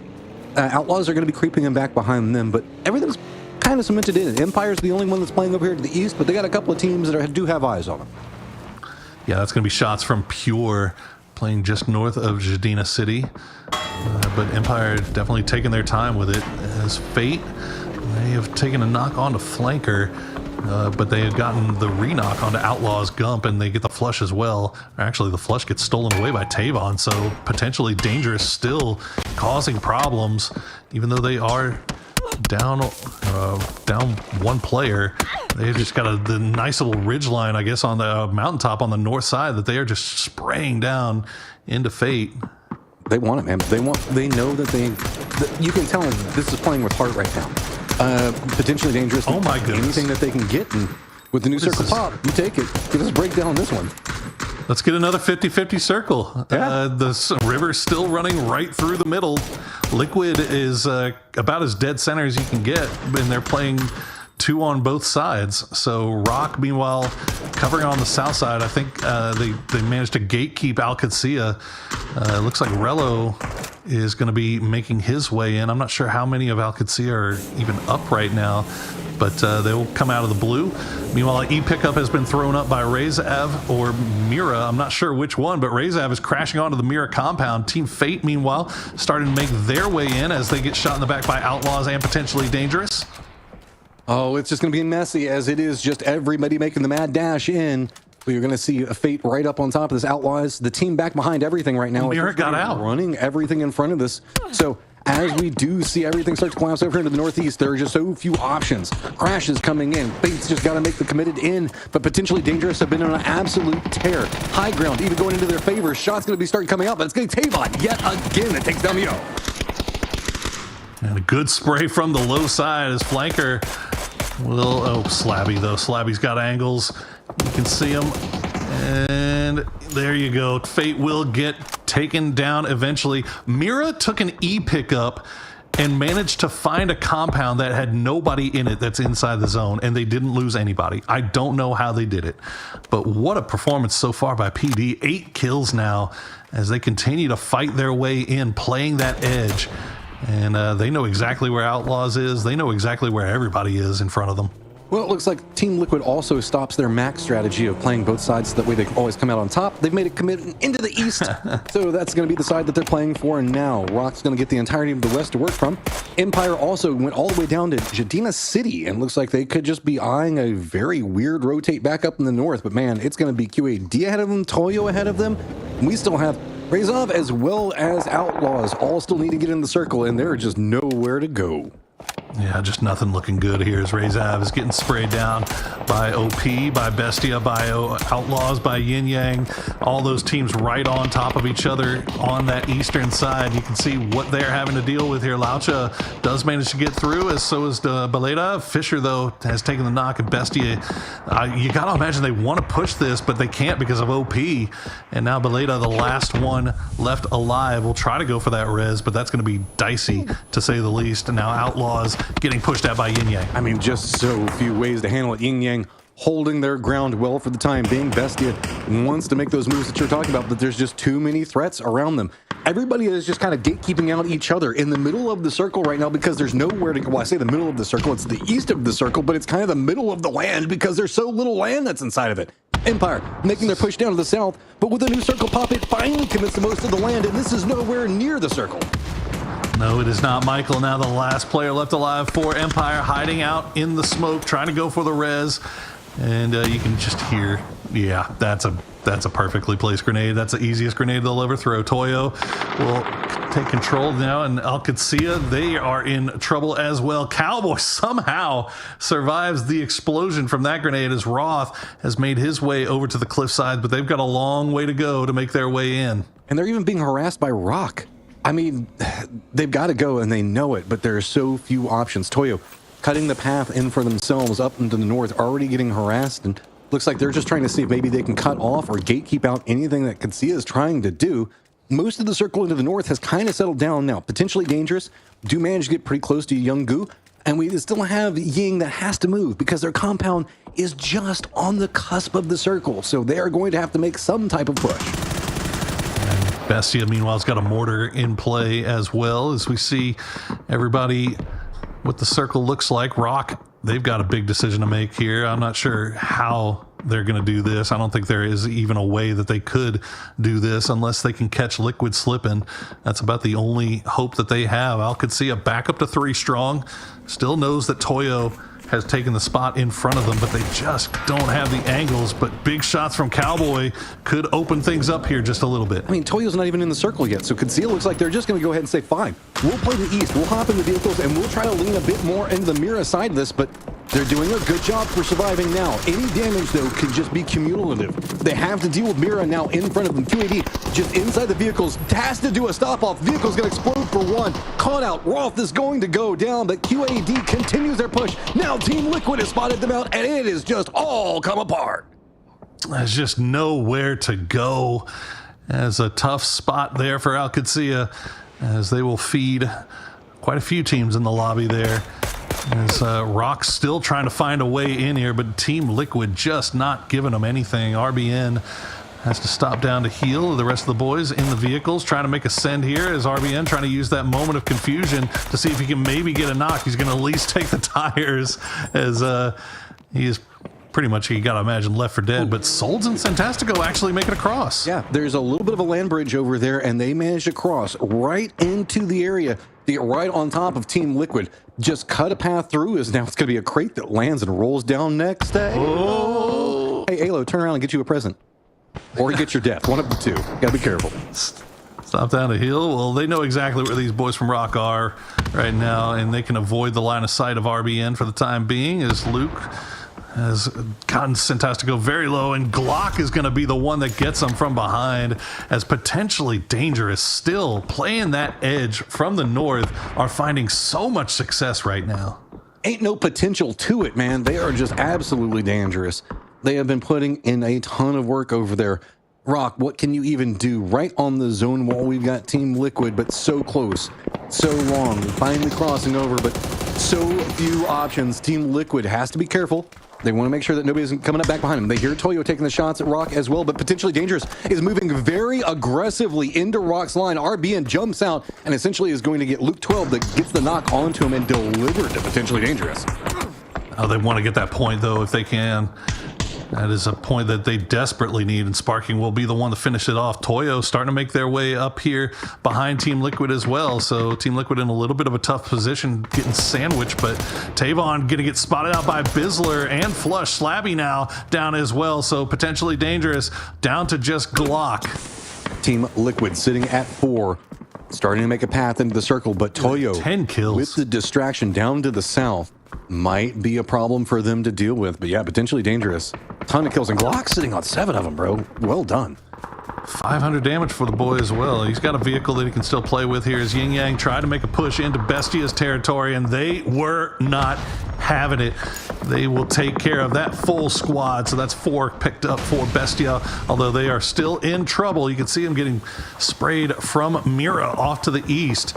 I see what he might be able to get them back up on their feet. 8 kills for Bestia as well.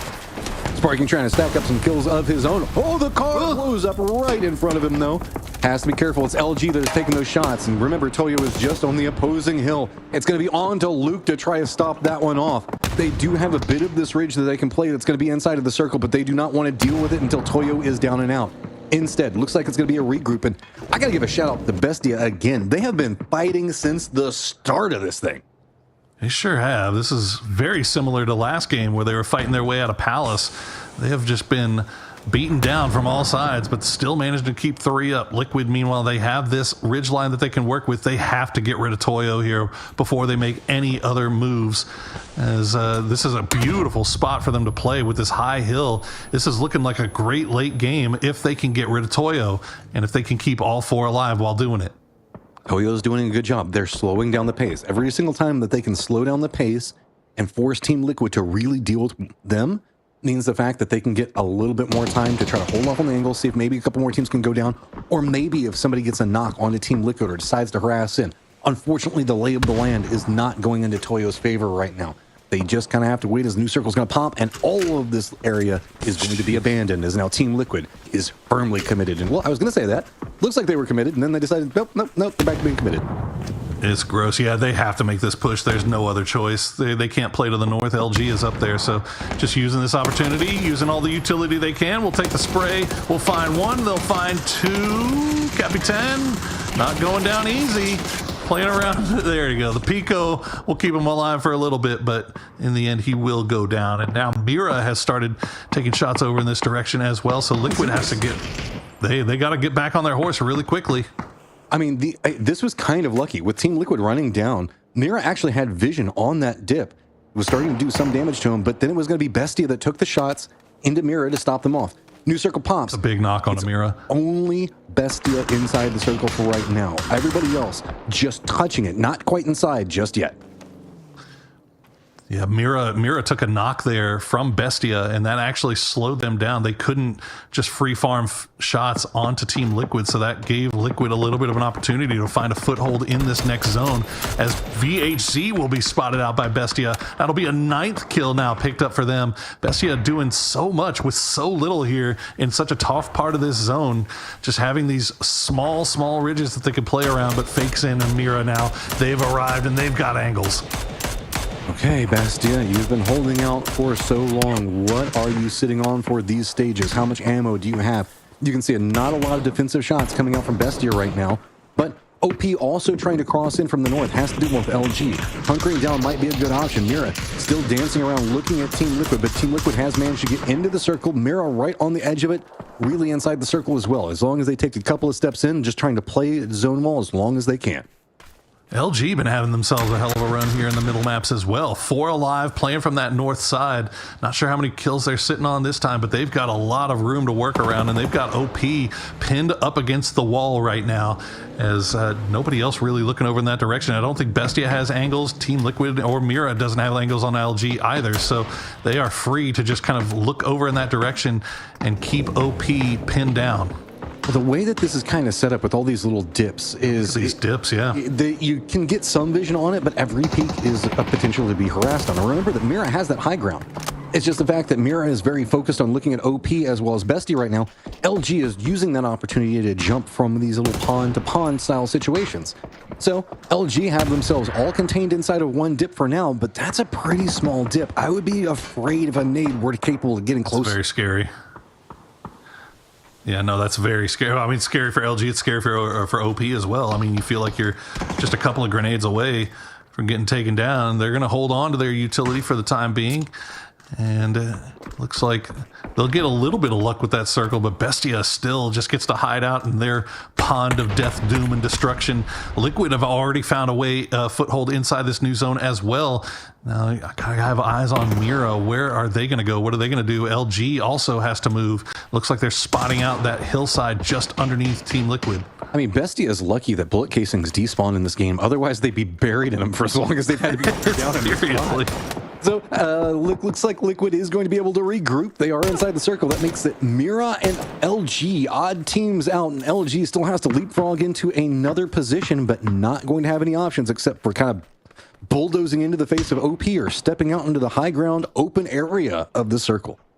Well, that problem for Mira here, they don't even have vehicles. Like, they've got nothing that they can do here. They've just got to hope that they can maybe get knocks on these Liquid guys, and even then, I'm not seeing any smokes in the pocket of fakes in here. That's an ambitious grenade, my dude. But yeah, no, I mean, Mira, it just feels like they're kind of dead to rights at this point. Yeah, they can hit the shots of their life, fight their way through, but even then, Bestia can pop back up. The only thing that Mira might have that's going for them is that maybe LG and what's going on with OP could be enough of a distraction, but Team Liquid, they're so defended on these angles. It feels like they don't really have to worry about Mira right now. That rock and tree is just a perfect setup to block out anything from Mira as they now start their way down that hillside, and it does not feel good. It's just nowhere to go. There's nowhere to go. No concealment. No anything. And meanwhile, OP took 2 back-to-back knocks. A third knock will come in as well. So OP getting lit up by pretty much everybody, as Fana will at least get one more point from Mira before they end up going down. And LG do find a small foothold on inside of this zone, but you can see it's just the tiniest little sliver there on the north side. And they fought for it. They had to jump across this to get into this position, had to deal with what was going on back behind them. You can see Bestia has a couple little ways that they can juke out. I think that Vinny is now having to separate out a bit further as he was looking at a couple of the different crates. I don't know what Bestia's economy is, but boy, they have been fighting for so long. It's got to be hellacious. Yeah, I think Vinny was trying to go for an alternate angle here and get separated, but unfortunately he did get spotted. So I'm not sure who knows he's there, but it's either Team Liquid or LG knows that one player from Bestia repositioned. Luminosity, though, yeah, the new circle pops and they are in big trouble here. As again, don't know what they're sitting on in terms of smokes, but I mean, you can see Gats is sitting on nothing. They do have vehicles. They had to burn it to get to the stage, right? I mean, and Team Liquid isn't even in a good spot either because they still have to use their vehicles for cover to get forward to have anything to work with. So while the tree and rock have been good for a while, they're all gone. And the only benefit is the fact that two of the members for Team Liquid are closer than LG is, but LG is just going to hop in vehicles. They're going to go for it. Yeah, they are very fortunate that they have vehicles here, that they did their best to keep those alive, but unfortunately now they're running into Bestia, but Draft King getting a little bit gutsy will cross onto the other side and gets taken down by the Bizzler. 10 kills for Bestia, down to Vinny and Enzio. And yeah, Liquid using this perfect opportunity to make a push here and try to capitalize. Just charging through. They have the smoke wall that's going to be in front of them for the time being. Realizing where the firefight, it's all just right on that hillside. LG is going to be careful as it's going to be the push coming at them. All the Team Liquid members just lined up against each other. It's just cars and denying angles. Luminosity is going to go down, and it is just going to be Vinny back behind this, watching the charging Team Liquid members coming after him. How many can he get? He does manage to get the knock onto Alo. Peaks are going to be hard, but Vinny's not even inside the circle. Team Liquid's even taking that away from him as Luke just going to come up and backstab him. That's going to be Team Liquid taking the win. Oh boy, you know, we were talking about Team Liquid coming into this one. It's been a slow start, and did they ever need that victory? And what a weird game to find it on as well, going all the way to the east, just north of Jadina City, an area that we just never see, and they come out on top. I think that the couple of times we've seen this might be becoming my favorite section of the map. Just due to how distinct it is, it's not like anything else that we see in PUBG because it really forces a lot of contained firefights away from the river. You're just stuck with like this peninsula that to play around, and it's really cool to see how teams opt into playing around. Well, guys, we're going to take a quick break, and when we come back, we will get you ready for our final 2 games of the day on Erangel. So don't go anywhere. We'll be right back.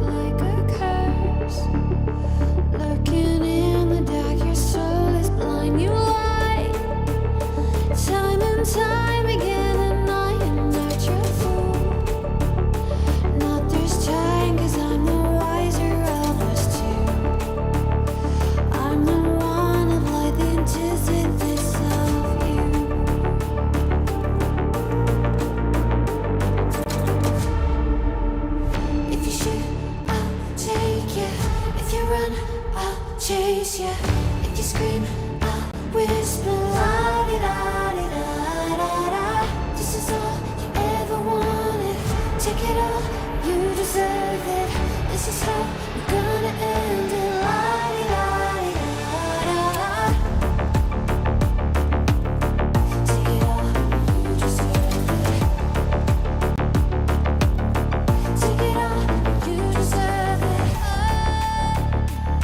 Giving back the freedom you want to destroy. And my power's way too strong for you, so try. 'Cause you can dominate and know will you survive. And not this time, 'cause I'm the wiser of us two. I no longer blind the antithesis of you. The fire in my heart will only grow. If you shut the gates, I'll burn them down. I am 1,000 steps ahead of you. You'll see soon.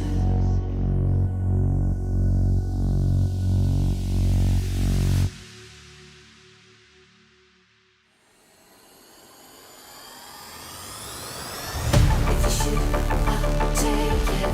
If you run, I'll chase you. If you scream, I'll whisper. La-di-da-di-da-da-da. This is all you ever wanted. Take it all, you deserve it. This is how we're gonna end it. La-di-da-di-da-da-da. If you shoot, I'll take it.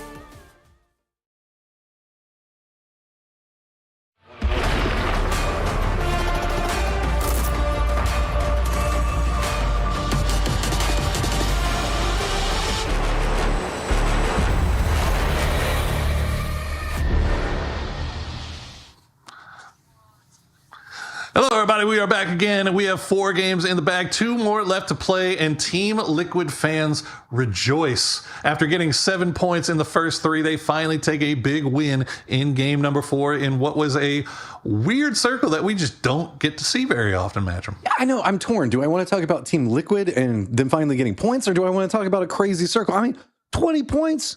Good. Welcome back, Team Liquid. We missed you. Bestia, though, also having a very good game with 19.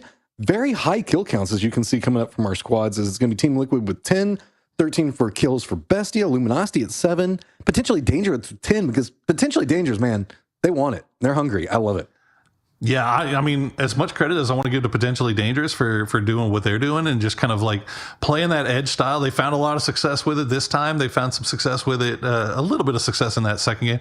But Bestia also, I mean, they're making something out of nothing here. They've lost a player early, but they're surviving until the late game. And this time they managed to pick up a nice little stack of kills to go along with it. So the middle map's doing some favors for some teams that desperately needed some favors done for them. And now we are heading over to the tried and true, the grassy pastures of Erangel to wrap things up for day number 1. We'll keep an eye on those leaderboards as soon as they update. Again, I got to apologize. API is just acting wonky. So, but we'll keep you up to date on where everybody is standing as the games progress and as we find out. But we've got 2 left to play here. So we'll see who's got some more moves that they could make. I mean, good game for Liquid, but they still got a lot of work to do, Matt.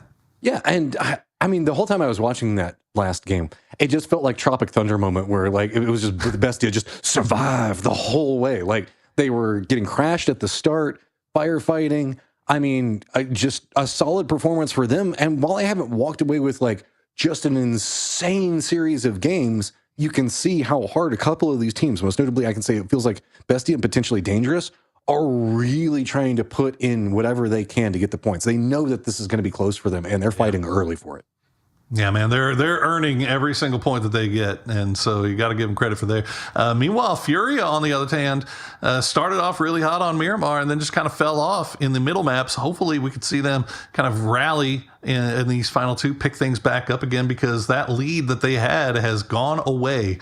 Remember, I mean, going into the last game, Team Liquid was in 14th place with 7 points. Now they have 27, which is going to put them in the top 5. So it's just like that. Things turns around here as we see Bestia, those middle maps doing favors for them. They are currently sitting in first place. Luminosity also, after having to fight their way through the last chance qualifier, look at them, second place. They are right up there.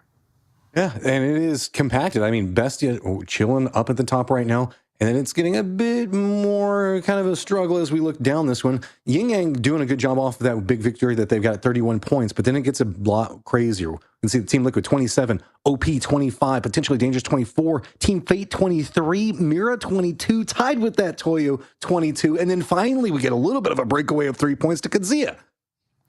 Yeah, I mean, look, everybody is still in the mix here. One good game, and you find yourself in the top 5. That's where Liquid is. That's what happens on day one, right? Like, even if you have a slow start, you can still turn things around. Even if your team Rays have, who's sitting down there in the very bottom with 1 point, it's still not over. You still got a shot. So fortunately, there's not been anybody that's really kind of taken a death grip on it and just run away with it to kind of separate themselves and make it a real chase just yet. So everybody really still stacked together in that big log jam now that we've got 2 left to go as we set on to Erangel. Okay, Eastern Plain Path. You got to make some expectations that we're going to be kind of leaning this direction overall on Circle. So early drop performances could be pretty big. We're seeing a lot of people drop around Millie. That's kind of interesting there. 2 teams, yeah. You got more? 4 teams. Yeah. Guess they like it. All right. Well, let's see if Rock goes there. No, it looks like Rock's going north. Looks like Bestia is going north too. So, okay, so OP, Yin Yang, Fate, and Mira will be splitting it up on Military Island. The rest of the boys will make their way off to points further to the north. We've got to keep a close eye. Of course, we got to keep a close eye on Bestia and PD because they're almost the exact same color. If they run into each other or close to each other going for vehicles, that could be a little bit dicey, but that's about the only thing that I see so far on the map that's of any concern, really. Zia's got to be a bit, I wouldn't say nervous at this point, but trying to figure out what's going on. They had themselves a really good group stage, and whenever we're looking back, it's not like it's been a terrible day. It just hasn't really, a lot of the things that they've been trying to execute just haven't been working in their favor yet. So getting their way back over to Erangel, getting a shift over into the drop into the east, is going to make them feel a lot better. I'm just now worried, though, that whenever we see Team Liquid get that victory, get it back in, this is a squad that once they start to get them their feet back under them, they feel real good. Well, gang, we're going to Military Island. So all those 4 teams that dropped out early, good for them. They called it, and it's chunking a little bit towards the east, so the radio tower definitely in play for OP, who dropped in Novo. Meanwhile, Fate is in the military base proper, Yin Yang just off to the northwest, and Mira hugging down on that south coast. So so far, you got to keep eyes on OP, see if they go and play that high ground position early on. Furia, meanwhile, in school apps, they've got Toyo off to the north. This feels like one of those e-pickup type of games, Matt. Well, I've also got my eyes on Yin Yang because they've been stringing together some pretty decent points so far. If they get themselves an inside track to the good positions in this circle, they could really elevate themselves and give themselves a really good run for EWC. I'm very confused. Bestia, are you doing an emergency pickup? Yeah. Well, no, it's not even a Bestia e-pickup. It's a DraftKing e-pickup because nobody is near him right now. It's like he found the e-pickup and then just immediately popped it. Well, maybe they have 2, and so they're just going to use one to blow timers on other people. That's the only thing I can. It looks like Vinny is rushing over there right now. So we'll see if they take it. Benya, this is just Toyo trying to get vehicles and head off to points northwest to go with motorcycle hater. But hey, you're a motorcycle man now. I can't hate. But yeah, it looks like Vinny and DraftKing are going to be the forward scouts here for Bestia, as Myman and Zito will arrive later, I suppose. Yeah. No, DraftKing going to be the only one that they send. So is this going to be some type of peculiar scouting? Because I mean, people did see a lot drop as soon as we went over the bridge. So they might have an expectation that there's more teams over here than they thought, or that actually exist. So, if anything, I mean, I'm just kind of curious on where he's going to go because he needs to probably get his loot in a bit better of a situation. Maybe they just want to play all the way down to the south. We also have... He's going south, yeah. That's the only thing I can think of, but it's actually going to be where Mira's at.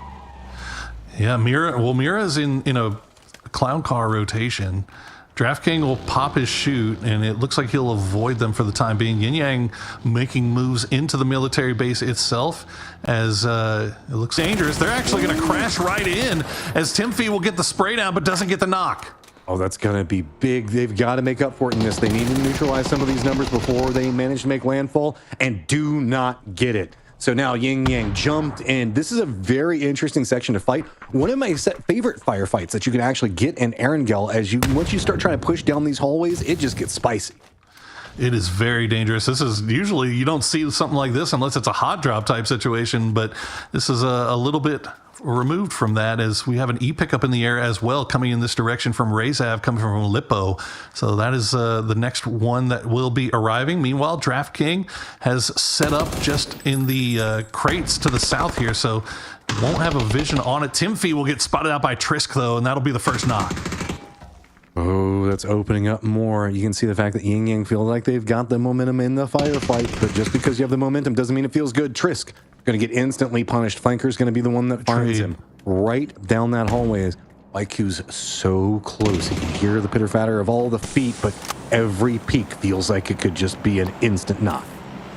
Yeah, the smokes are going to slow things down here, allow everybody to get back on their feet, get healed up. Trisk is alive and well. Iku's here's Tater, and here's Feet's going all over the place. So yeah, the smoke's just getting laid down to slow things off. This might be to separate Tater from the rest of the squad, but it doesn't look like it's going to work as a nice Molotov will get sent in return. Ikus will find Tater, though, as he comes in from a different angle.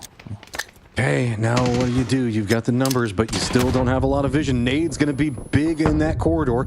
Drops a couple, but just going to walk away from it. Love the car parking position. You know, extra defense, never a bad thing. No, indeed. And you can see on your mini-map there, DraftKings from Bestia starting to creep over in this direction as well. The rest of Bestia on that northern, the hills just to the north of the military base. So, and then Rock also taking over that captain's house. But nobody really pushing into this. They're going to let these guys play this out. Joppa gets knocked. Kane very low. Trisk very low. He's going to go down as, oh, that's a grenade. That's going to do a lot of damage, but won't get the knock. Okay, you've got to get these reses up fast. White is the last one up. Here come the pushes. He hears the footsteps. Trying to see if he has to pull away from the res. He really wanted to time it out, but he's got a cool angle to try to work with. Oh, nice. Let's get the knock onto one, but you can see just trying to play around these generators is so hard. It's very contained in. There's nowhere to step out. And now it's just going to be continual back and forth. Oh, and there's firefighting going on around this as well as Rock is going to find Bestia as Bestia was trying to come in and third party this. They'll take a knock, so that'll slow things down. Flanker will get brought back onto his feet. Looks like Ecos will get Joppa, so it'll turn this into a 3v2. The smokes just continuing to slow things down, but nobody has smokes left in the bag, I don't think. So it's going to have to come to a head here eventually. Ecos just wrapping around, trying to slow things down. Yeah, I wouldn't be surprised if we try to see everybody on Ying get away from this a little bit, but I mean, this is led into a very odd spot. As oh no, it's going to be a bit problematic for Bestia, as you can see on the mini map down there, getting kind of picked off different angles. Yappa, oh, he's the last one up now, and it's going to be a Yin Yang back in a similar situation, but Fate manages to hold it together. There you go, Tim Fee. Big man on campus coming up with 3 of those kills, and they'll get him back on his feet. But now you can see what we're dealing with on the outside as Bestia was trying to make their way down here. DraftKings doing his best to hold down that ATC, but he's getting peppered by Rezav from range. Meanwhile, potentially dangerous inside the ATC itself. And now DraftKings finding himself in a little bit of a no man's land situation here as just kind of dance around the outside. Circle 1 ATC firefight, Circle 1 generator firefight. Is this a matchmaking game? Are we watching the wrong thing? This is crazy. This never happens. Game 6 already? Team Liquid tried to make a send in as well, and they're going to lose Sparking for their trouble as they've got a couple in there. Luke with the high ground off to the west, but all these teams sending it right into Millie right off the bat seems a little crazy considering how much of Military Island is inside this zone.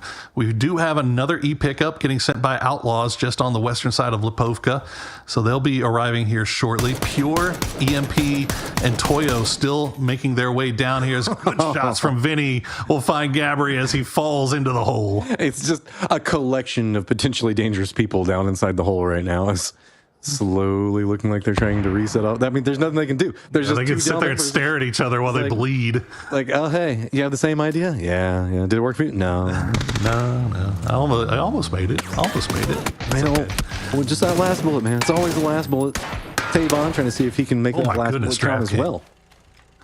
Draft King going for the crazy play of hopping in the UAS to get away from danger, and he survives by just 1 HP. Is now Bestia is making their way inside the halls of horror. And we saw from Fate, they have managed to reset everybody and holding the line.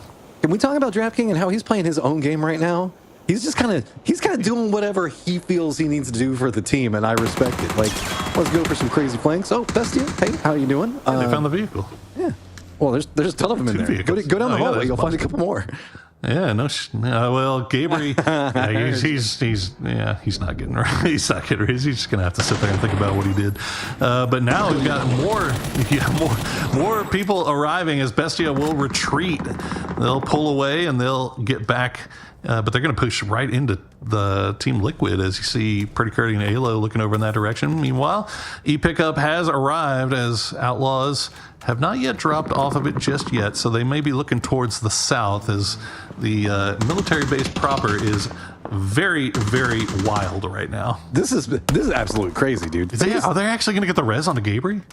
I think they might. Looks like it. Oh, you got there. Look at that. 4 HP. Just a couple of ticks away. So this is an overall interesting game as military base proper. The dumbest game I've ever seen in my life. It is. I love it.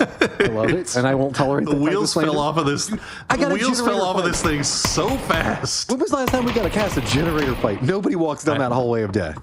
Nuts. Absolutely bananas. Well, Rock, they've got themselves a bunker, and the circle itself actually pulled south, so only about, I would say, maybe 55% playable, really. A lot of this still in the water as the military base is still in. I mean, it's 52 alive, and we're on phase 2. How often does this happen? With the way that this game is going, are we going down to the archipelago to the south? Is that the way it's going to go? Maybe. Why not? Sure. At this point, dialed me in, baby. Let's go.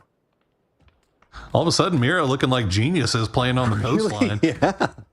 I mean, Rayzav did arrive via E-Pickup kind of late here, and it looks like they lost one somewhere along the lines, but they do have the hillside kind of overlooking everything where that road is. So Rock, meanwhile, they have a friend. Overwatch. Yeah, they got a buddy on the outside. Don't really have to worry about him too much. And not a lot of people too bold to jump down into these hangar openings whenever it's not a absolute required situation. But the way this game's going, why not? I mean, why not? Play against expectations. Sometimes it can pay off for you. Toyo running a very wide 2-1-1 split, pretty much in control of everything to the west. Team Liquid running their split just on the inside of that, as kind of get an idea on what's going on the outsides. Curry just kind of looking around out here and hoping that nobody looks too close at this bush. It feels like there's like maybe 5 teams left in the lobby that actually have all 4 players alive.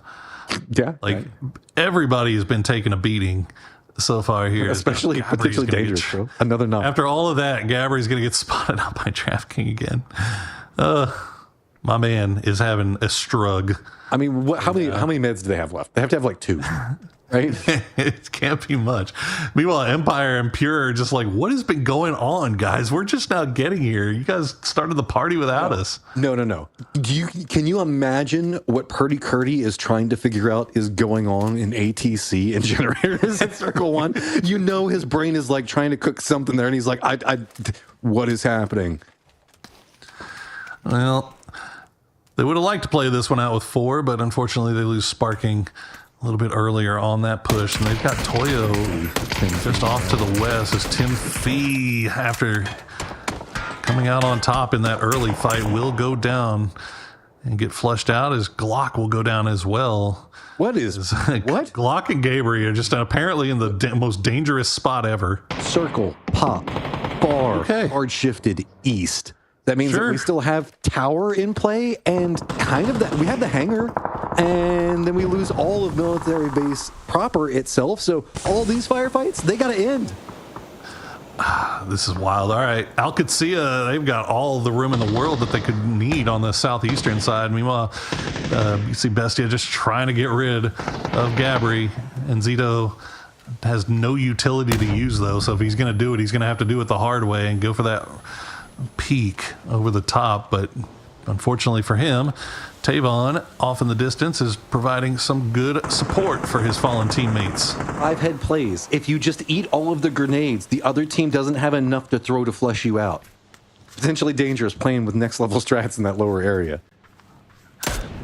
You know, you got to have some strats. Well, Nzito has spotted out Tavon, so Tavon will just close the door, play around the window, but that'll be Nzito's job to make sure that Overwatch support from Tavon doesn't come in. But I don't think any of their players have any utility that they can throw down there. Like, Vinny has come over here, but it doesn't look like he's got anything, and now he's going to go down to Santastico.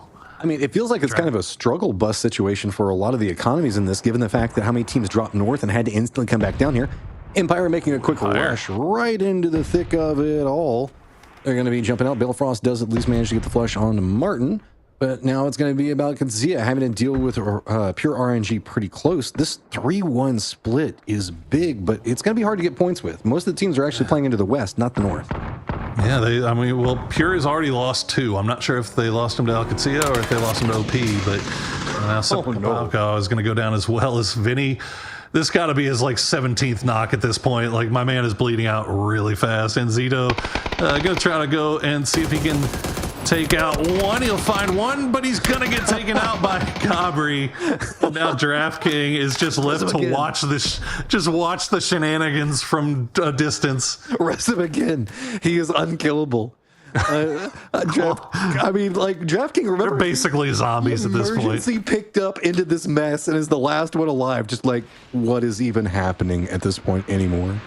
I mean, Glock and Gabriel, I don't even know how they're alive. Like, they've been knocked about 5 times apiece at this point, as DraftKings is just sending bullets over. Gabriel will get the one shot is all it takes. That is a dragon off, but DraftKings, he's got the backpack on. That's the only thing keeping him alive here in the blue zone.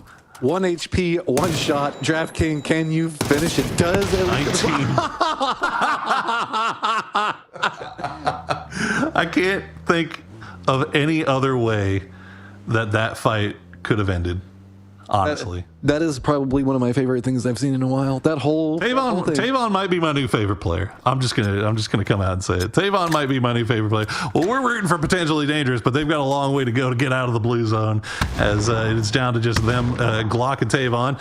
And Toyo, meanwhile, trying to fight their way through Mira, but they don't realize that they've got Fana right behind them. Although, wait, never mind. They do realize that they have Fana right behind them. The rest of Mira is in front of them, so kind of a tough spot for Toyo to be in. Nostradamus Porosaurus coming up big, as Radio Tower is the focal point for this next circle. Mira and Toya have to deal with each other, and again, Potentially Dangerous has to regroup. Qudsiya, who was feeling really good inside the last circle, do have to make a push to get inside this new circle, but they've got a couple pieces of terrain that they can play from. Toyo, what do you do at this point? I mean, you got Mira gatekeeping in front of you. You're slowing them down, and Empire appreciates that because they can set up a defensive gatekeep, so whoever wins this firefight, they can pick up. But this has just gotten messy for everybody. Is it phase number 4 and 36 alive? Yeah, Toyo's got to make some decisions. Okay, they are making decisions. They got in the vehicle. They're going to head on off to the north, but I don't think they know that LFP is up there. They've left Benya behind to do a little bit of cleanup. LFP will trade out. He'll got Ribo, but Emmy will finish him out, and now Benya will find Fana. So that will be Toyo picking up a couple of points here. Capitan still on that northern side. Emmy is knocked as well now, as Empire has come across, and they find the line of sight. They're defending the edge of the zone right now. Yeah, and they've got a pretty wide spread to do it. The only thing about it is Balefrost and Punage are playing a bit further away keep eyes on what's happening over into the east. So Billfrost looks like he's going to regroup. Keep in mind, Mira still has one member up in Fake Zen, but Toyo doesn't really have too many options on this. Given the fact that the peninsula kind of is on the other side of the circle, you kind of have to just deal with it. So Mira, you just got to run your way. Toyo, you just got to run your way, and this is just going to be a brutally painful every step. Yeah, and Michael's going to have an angle onto this really shortly. There it is, and VHC will be done. Fakes in now, the last player left alive, left out in the blue. He's going to try to see if he can maybe take out Benya, but Benya will escape for now. As you can see that blue is doing some big time damage. Meanwhile, Empire had up 6 on kills. the north side, Empire doing a good job here, kind of covering things down on this south side. And they've managed to avoid Al-Qudsiya for the most part, as well as now Al-Qudsiya just off to their east have kind of taken over a 2-2 split just on the lower southern part of that radio tower mountain. And that is a strong 2-2 split as well, because you get the lip right across the line over there. Circle says no, though. Your 2-2 split can suck it, because we're going to go all the way over to the west. You guys are going to have to regroup. Doesn't matter how good that is. Radio Tower still kind of in play as well, as Rock and Team Liquid going to find themselves in kind of an interesting situation where it's going to be LG right in between them. Yeah, OP is kind of in a weird spot right now where this is a good play. I like this. I think they're just giving up the high ground altogether. They know that this compound is free. They've been watching it for the past 19 minutes and 59 seconds. So they know that this is available. So just give up that high ground immediately, pull down, get that hard cover. They know where Furia is. They know where everybody is really on this western side of the circle. So they should be good to go. Now, I could see they have a route in, but the second Empire starts getting involved here, that's going to make things a little bit more complicated. And this is, let's not forget, Toyo's Capitan could actually backstab this one. So the only real big moving factor that we've got is Cowboy that still needs to regroup. And then we still have Rafa that's going to be over there. Qudsiya has their eyes focused on that radio tower, but they long gone. So you have the high ground hillside to work around. Cowboy looks like he has spotted out Empire and has taken some shots in, so the rest of the squad should know. Is he going to be able to get away from it? As I think the covering angle should be fine, given the pathing he's taking. But let's not forget, Rafa's over there. Yeah, no, he's good. Cowboy will be all right. But yeah, this fight between Al-Qudsiya and Empire is huge. As Cowboy actually getting really close to Rafa there. Rafa playing the sneaky boy, but OP just doing their best to spread out throughout this compound. They're cleaning out, making sure that there's no snakes hiding. And I like how they're doing it with 3 players just in case, making sure that if anybody gets knocked, they can immediately trade it back. Shotgun push as well, Zur. Just being that homie. So they'll realize that they have everything to themselves.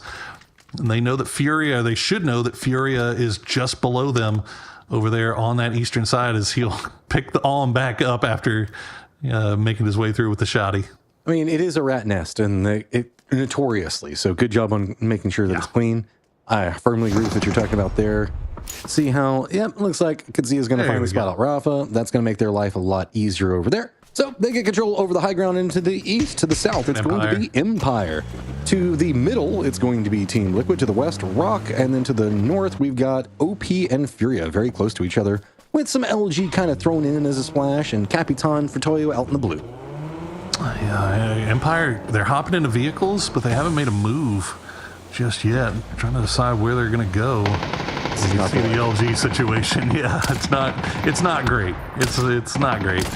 But they will at least be able to cause a little bit of damage onto Rock here, cause some problems if nothing else. But there you go. Good grenades there from RBN, and Santastico will finish them off, as RBN will get knocked by Vox, though, as the return grenade, the death grenade, really, going to take him down. 9 kills. They're down 2 of their members, though. Furia still sitting on all 4 up. Got 3 kills of their own. Empire does hear this firefight. Team Liquid does as well, and everybody is starting to just make sure that Rock can't manage to make it into the circle. I don't know. They've got to manage to get up against this wall, but that's about all you're going to be able to buy out of it. Ooh, Punage going to get knocked there by Rock as well. And Empire making their move first, going for that low ground. They're going to run into Rock and Team Liquid. Alcacia, meanwhile, they've been watching all this from range. We'll see if they can try to come in here and find an angle as Souls get spotted out by Gizera. Furia starting to leave that little area underneath the compound. Posa already has a foothold inside, and now they have angles onto Rock, but they're just not finding the shots right now. This is really interesting. Kadzia left Cowboy really far back behind. He started taking shots into Team Liquid. That's opened up some more opportunities for OP as well as Kadzia's lower ground members. Empire also now can encroach into this area. That's now opened up a new door for Rock. All the firefighting and everybody's focused down onto Rock has now shifted into Team Liquid and potentially into Empire. Rock now just playing damage control off the points. Kadzia with this high ground has so much information and just absolutely demolishing Empire down below him. Yeah, I mean, Empire had to make a move at some point, but no place was really looking any good. Shinboy now the last player left alive, but he's going to get defended by Furia here a little bit. Alcacia looking really nice. You got to worry a little bit about Cowboy off in range there, as Rello's going to get knocked by Santastico. Won't get flushed out, though. I mean, just remember, 4 different squads a second ago were shooting at Rock, and now Rock has the ability to look back up that hillside, go for the shots in. Cowboy in this high ground spot, that gave him all the information to unlock the doors for Kadzia a second ago. Now still having to deal with OP down below. OP not inside the circle, though. How are they going to handle this? I mean, Cowboy's got a car, but you got to send it off a radio tower? That's going to be kind of hard. You can kind of wrap back around to the south, though, so he could be fine. Yeah, I think he's all right. He's got plenty of real estate that he can move around with, as we see the... Oh, it happened again! Silzen! It happened again! These are some mean portable cover pieces, man. Oh my goodness, that's bad. That is bad for Cowboy. Yeah. That's a big knock for Posa, because Cowboy not really in a position to get rezzed here by the rest of the team. They're up to 7 kills. Rello gets knocked low as Roth will try to reposition. Roth might be able to go and get Cowboy, actually, since he's got that vehicle. That is a very risky push, though, as Silzen gets to get rezzed and explain what happened on that one. These Doritos, man, they super spicy. Not everybody's capable of handling it. Okay, Kadzia still has the eyes back up towards OP, given the fact of what ended up happening with Cowboy, who's finally getting flushed out. Rock still alive, circle pops, Empire feeling pretty good, but that 3-way split across the line for Kadzia feels pretty good as well. Yeah, I mean, Alcacia still has that high ground. Furia with 4 alive, they've got some work to do. Coming in from that low side, they've got Purdy Curdy and Alo that are just hiding in the rocks, waiting for them to show themselves. Souls will get spotted and taken down. Shinboy will steal it away.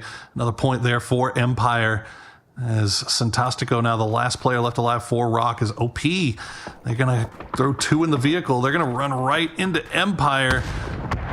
But I think they should be safe for now, unless there's a lot of grenades there for Empire. I don't think they have anything left, though. I'm a bit worried for Team Liquid's positioning, as they are right along the zone wall for this new safe zone. Furia has to push into the zone, and it looks like it's going to be right into Team Liquid's pathing. We've got Alo and Purdy Curdy still up. It looks like Furia is just going to walk into that one for near on free. Their focus is going to be more lined into OP. Oh, Furia doing the most here from this northern side. They're getting some points for their trouble. It's still going to be tough to get a win, but they're putting themselves in about as good a position as you could hope for. Alcacia with that high ground, though, you got to like their chances. As Santastico's trying to make the run, Furia has him dead to rights, though. The blue nipping his heels. He's got just the smallest tree to hide behind here. Hey, you can see Furia now starting to move down into the lower sections. This is going to be where Team Liquid has some vision on it. He's already spotted. Nade's going to be prepped, throwing it out. It looks like Alo's already going to be doing the fancy feet away from it. Purdy Curdy now cresting back up the hill. Looks like he's seeing if he can eye back down. But remember, Furia's position is going to be very complicated. This is going to be a very vertical firefight between these two teams, kind of shifting between each other. But actually, Furia, they're just going to go ahead and see if they can bypass it all. And that's going to get punished big. Purdy Curdy had the high ground. He had a Panzerfaust, and he puts it right in Posa's pocket. And now D will find Empire. They'll get him knocked down to 1. Shimboy, the last player left alive, as he will continue hiding through the rocks throughout all of this. Santastico has managed to stay alive. Alo now the last player left up for Team Liquid, as Roth will finish off Empire with a well-placed grenade. But Alo, a thorn in the side for Furia. I could see up DBS. Where did he get that? All the funds up here. I mean, Alo, how much more can you get down here? Furia just having to deal with this. You can't even say it's high ground. It's like mid ground, because Furia technically had the high ground. It's just this little weird rock formation that we saw Team Liquid exploit. And even though they came in with less numbers, they have managed to stop Furia in their tracks to figure out what's going on. And that's opened up Santastico down to the south. He's eyeing, waiting for Furia to move forward as he could strike. Alcacia just want to come down here and clean out last player from... Oh, no. Ipa comes across, doesn't get the knock, though. They've got him pretty much dead to rights, you have to imagine. He'll find Roth, but the trade comes through instantly, and that's 10 kills now for Alcacia. They still have that high ground, and they should be able to get their man back on his feet. Okay, Furia has spotted out Santastico, so he's going to go down. Now it is just the beast Alo in his hidey hole over here. They do not want to push him. They know he's got that DBS. Nah, they're like, yeah, you can have that hole. It's right up against the zone wall. It's fine. We just won't go near it. It's just like a snake hiding down inside of one of its little viper pits, man. Just don't go near it. He's like, I wish you would. Dare you? I really wish you would. You know that they had to be irritated when that crate fell right on top of them and it had a DBS in it. And now all of a sudden it's like, oh wait, this is actually working out great for me right now. As Furia tries to send try to blow up the vehicle, but they can't afford to hard peek it for too long because Alcacia finds an angle. And this has led to a very awkward standoff where Furia are right up against the zone wall. They don't have a lot of space to work with. Even if they could brute force their way through, Kadzia is just getting more and more control over all of these little mini ridge lines. This is a very complicated section of the map, and you can see that there's a lot of like these recessed hills that you can use for cover as you're looking down, as they kind of poke back up at the end of it, and that makes it just so hard for Fury to look back up into Kadzia's positioning. As their low ground is gone, they've got Alo that's just swarming down below them. They're just kind of forced to walk along this path, and I mean, they got to do something. And Alo, can he get anything? He does get one more. He got one, and now Alcacia has that high ground spot. Gizera is out of this one. The smoke's coming through. They'll at least make sure to secure that point. Steal it right out of the pocket of Alo. Oh. Now, wait a minute. Hold on. Posa. It's a D versus Posa. He has got the high ground. He'll got the win. Alcacia will finish off what was a crazy 13-kill victory here on Military Island. That is big points for Cadicia, because this is going to be, they weren't necessarily in a strong spot coming into this one. It's going to get them a lot more. This is a crazy game though, Poro, like start to finish. I mean, a bait and switch military circle into just a crazy radio tower after some hardships. I mean, Circle 1 shenanigans. This was crazy fun. I mean, we had Circle 1 fighting in the ATC, you know, like in the part of the military base that you only ever see in the hot drops. It's actually wild. I couldn't stop laughing about Alo, just hands-off keyboard, causing so many, like all of you, 3 of Furia just looking down like, oh, like Alo's just sitting there like, Alo, get me. Alo in the grass, or you potentially dangerous being zombies? Which one wins out in your heart more? As this has been an absolutely ridiculous game. We've got one more left, guys. We're going to take a very quick break to get everything set. We'll see you in just a second.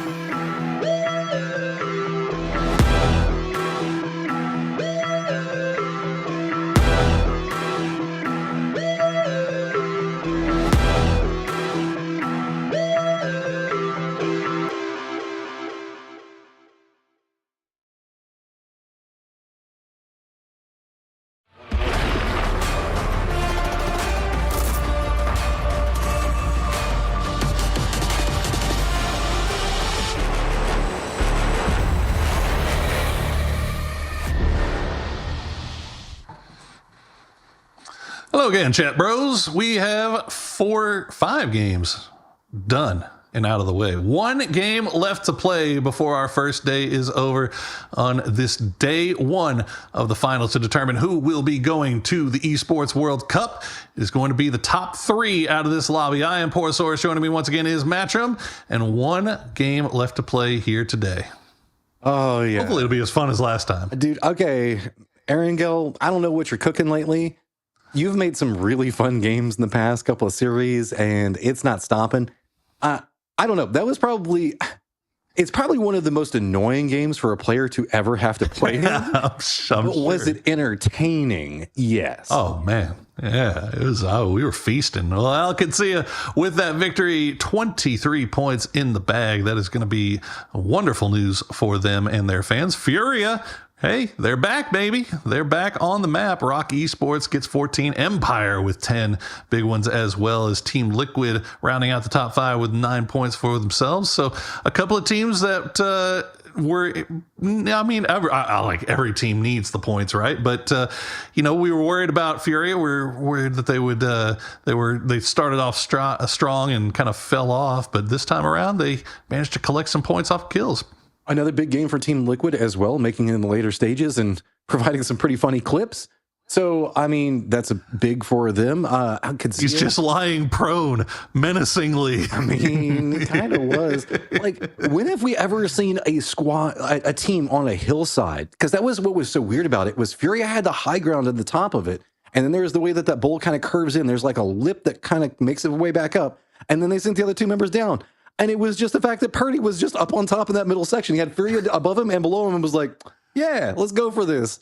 That's a DBS and a Panzer. Yeah. Sometimes that's all you need. I mean, to just influence to wreck some team's entire game. Well, here's our overall leaderboard as Furia back in first place, Bestia in second, Alcacia in third, all of those teams with 40 plus points. And our 30 points, Luminosity and Liquid both with 36, Yin Yang right behind them with 32, OP, Rock, potentially dangerous, a 3-way tie with 28 points, and then Team Fate, Toyo, Empire, and Mira all right on their heels as well. And then we get down to our final 3 teams, Pure RNG, the Outlaws, and Team Razav, looking to find some kind of spark here in the final game of the day to take into tomorrow. I mean, just picking up a couple of points here at the end will make everything in the warm-ups into getting ready for tomorrow so much better. Just getting your mental. So yeah, the struggle for EWC looks like it's going to be nigh insurmountable for them at the time, but there is a lot still to be learned inside of this lobby that you can take to get yourself into better qualifying position for the next one. So everything's still on the table for them. Nope. We'll see what they can pull out here on this final game. Now, it's not completely out of the question that a team that performs poorly here today could not turn things around. We've still got 2 days left to play, so that's still 12 games to get your act together. But you prefer not to have to put yourself in that position, as Alcacia will find themselves a drop spot. I just glanced at chat. Keep in mind, we're 15 minutes separated, and it's the tail end of it. And apparently the Dorito just fell out of the sky, and somebody was just like, Doritos, 3 kills so far. Roth, 2 kills. Why you gotta do my man dirty like that? Man. Why you gotta do my man dirty? That's diabolical. Why you gotta do that? It's true. But, that was free Dorito, right? So, but what's up with the deadly Doritos today? They're terrifying. They're absolutely terrifying. Like I've never seen those things get as many. I don't think I've ever seen them get 1 kill, let alone 3 in one day. This has been it's been wacky, to be sure. Well, Luminosity looks like are they going hunting? I mean, this is not a looting spot for sure. I think they just dropped for the vehicle, and now they're going to be making their way to places that are looking a little bit better. This time the circle will go over to the west, stay on the mainland, so that is good news for all involved as we get to slow things down here a little bit. Circle said, you bet, all right? And did you just dare me? I got a bridge. I can make something happen. That's fair. But no, you're right. It should go mainland, but it just feels like playing math, and like all my math teachers right now would be looking at all these PUBG matches like, Yeah, mathematically, statistically, that's the way it could go all the time. But this is an interesting kind of setup, as we do have Mira with the inside track for best positioning on whatever they want inside the circle. Riyadh as well could get themselves into a very good point to start this one off. We do have a lot of teams that have kind of dropped along that Pachinki road line. So we've got Team Liquid over there, of course, playing out of Pachinki itself, which is just weird to say because, again, just playing off of center, but they do have themselves just the capabilities to move the hillside just to the south and should be pretty well off. Yeah, it's never not going to be weird to say Liquid playing out of Pachinki. It's just doesn't feel right. It feels icky.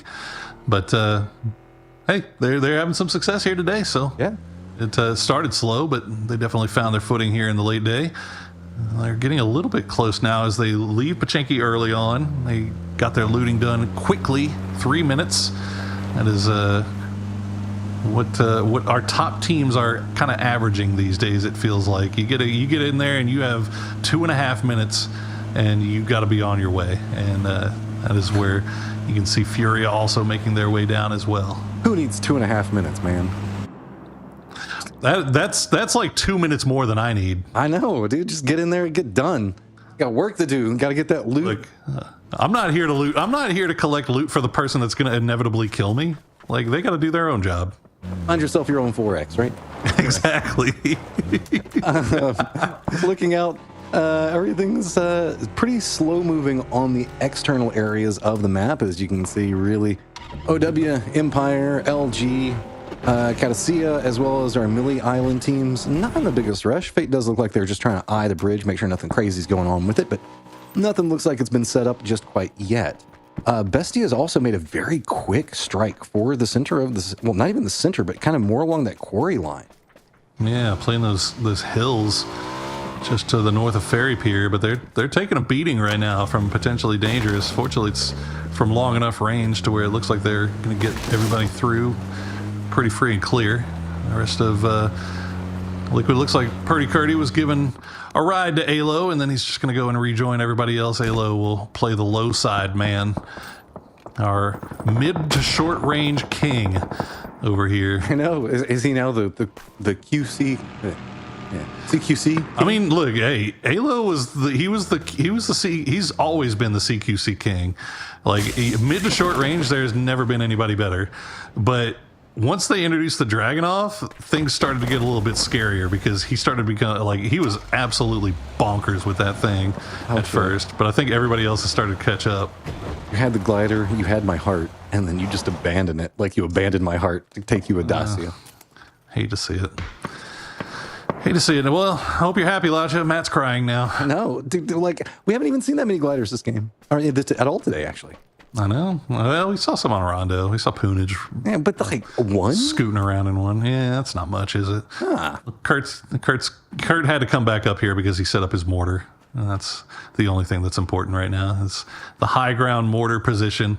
We'll see if he spots anybody out. Mira in that 2-2 split just off to their west is looking kind of juicy, TBH, especially when they've got Yin Yang, Toyo, and Furia off to the north that could start sniffing around. We'll have to keep an eye on that. Meanwhile, Fate is finally making their way across from Military Island. PD, depending on what route Fate decides to take, it could be a problem. This has been kind of an interesting day, all considered, for Yin Yang. They've been pretty consistent. Like, the first game was a bit rough for them, but then they managed to find decent points, and then they managed to have game 3. But it's like they're a very hit or miss team right now. If they can just kind of synergize a bit better, we've seen them play smart. We just need to get them to kind of get a bit more control and not do these early outs, because 2 16th outs are really what's killing them. Yeah. No, yeah, it's. I mean, look, they going into Game 5, they were in 4th place overall. I mean, that's a heck of a day so far. Like, you can't be mad if you get 30-something points, 30-plus points off of one day in this lobby. I think you're okay. Like, obviously, you'd like more, but you're feeling all right. You're feeling like you're put in a good enough position, boy. Oh dear, not sure what happened there. But Empire now down to 3. Poonage being the leading man over there, as Michael and Balefrost will slowly make their way in. Alcacia right on the heels here of LG. but I think they know it. Yeah, I mean, there's no need for a crazy rotate coming out from them, especially at this stage. So just kind of eyeing, you have to assume that this road pathing down just to the west of Potato is going to get a bit crazy. So let it kind of go in front of you. Could see just playing pacing. I think that that's one of the big things that we don't get a chance to talk about a lot, especially in phase one, is the different pacing the way teams talk about. We kind of talked about this earlier with, like kind of how Liquid likes to play closer out in Georgia Pole and stuff like that. And then come into the, like I'd say about circle 2 or 3, a bit more aggressive. Ooh. It's interesting to see teams and how they opt into their timings, because it can almost tell you exactly what their overall team mindset is, how fast they get into circles, how fast they try to disengage from position. Do they turn around and instantly jump in? The circle 1 rotation can say a lot. And right now for LG, it's just saying, please stop shooting us. We just want to make it. Oh, boy. Yeah, those shots in the back forced Biz to try to make a put. I don't know if he lost a tire or what happened there. He started to try to go to that compound. It looked like maybe escape, but unfortunately for him, Semka Pow Pow and Penta were ready and waiting. So LG will lose 1 in the process, but Alcacia heard those shots, and now they're starting to creep over in this direction as well. I mean, get you points where you can get points.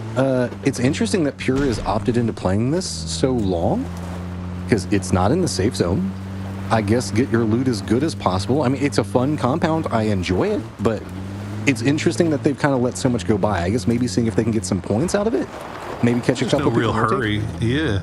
Well, I mean, and I think that you brought it up here just before that fight took place, but you talk a lot about these teams that take their time coming into the zone, right? They eat a little bit of blue, and they just kind of slowly make their way in. But what is an interesting thing to watch a lot of the times, and something that we don't really ever talk about, is what are they doing while they're outside of the zone? While they're making their way in, how are they going about scouting? Are they stopping here?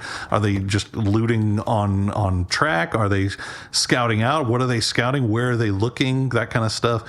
And Alcacia, I think, is doing that. I think Pure, maybe we're finishing up their looting phase, and I think they maybe just heard the vehicles of LG started to come in as LG and Alcacia were kind of running into each other a little bit, and they just decided to take the opportunity that was given to them and set themselves up for a little camping action. Well, there we go. We got ourselves some death funnels that are starting to brew. The center of the map actually being the focal point for one of them. Not surprised that we saw Alcacia go to the stop off on top of Potatoes. So that gives them a better spot to be picked up for E-pickup. Down in the southeast, we've got ourselves, it's going to be potentially dangerous, as well as one of the members from Rock, very close. Fate's going to be wrapping in down to the south. But the center, man, we got Mira, we got Furio, we've got Ying, all close to each other around Chopsticks itself. Then up into the north, LG keeps kind of getting bounced out, as it is going to be OW over there. So interesting to see how Kazuya opts into going for a drop. I wouldn't be surprised if it's very far west.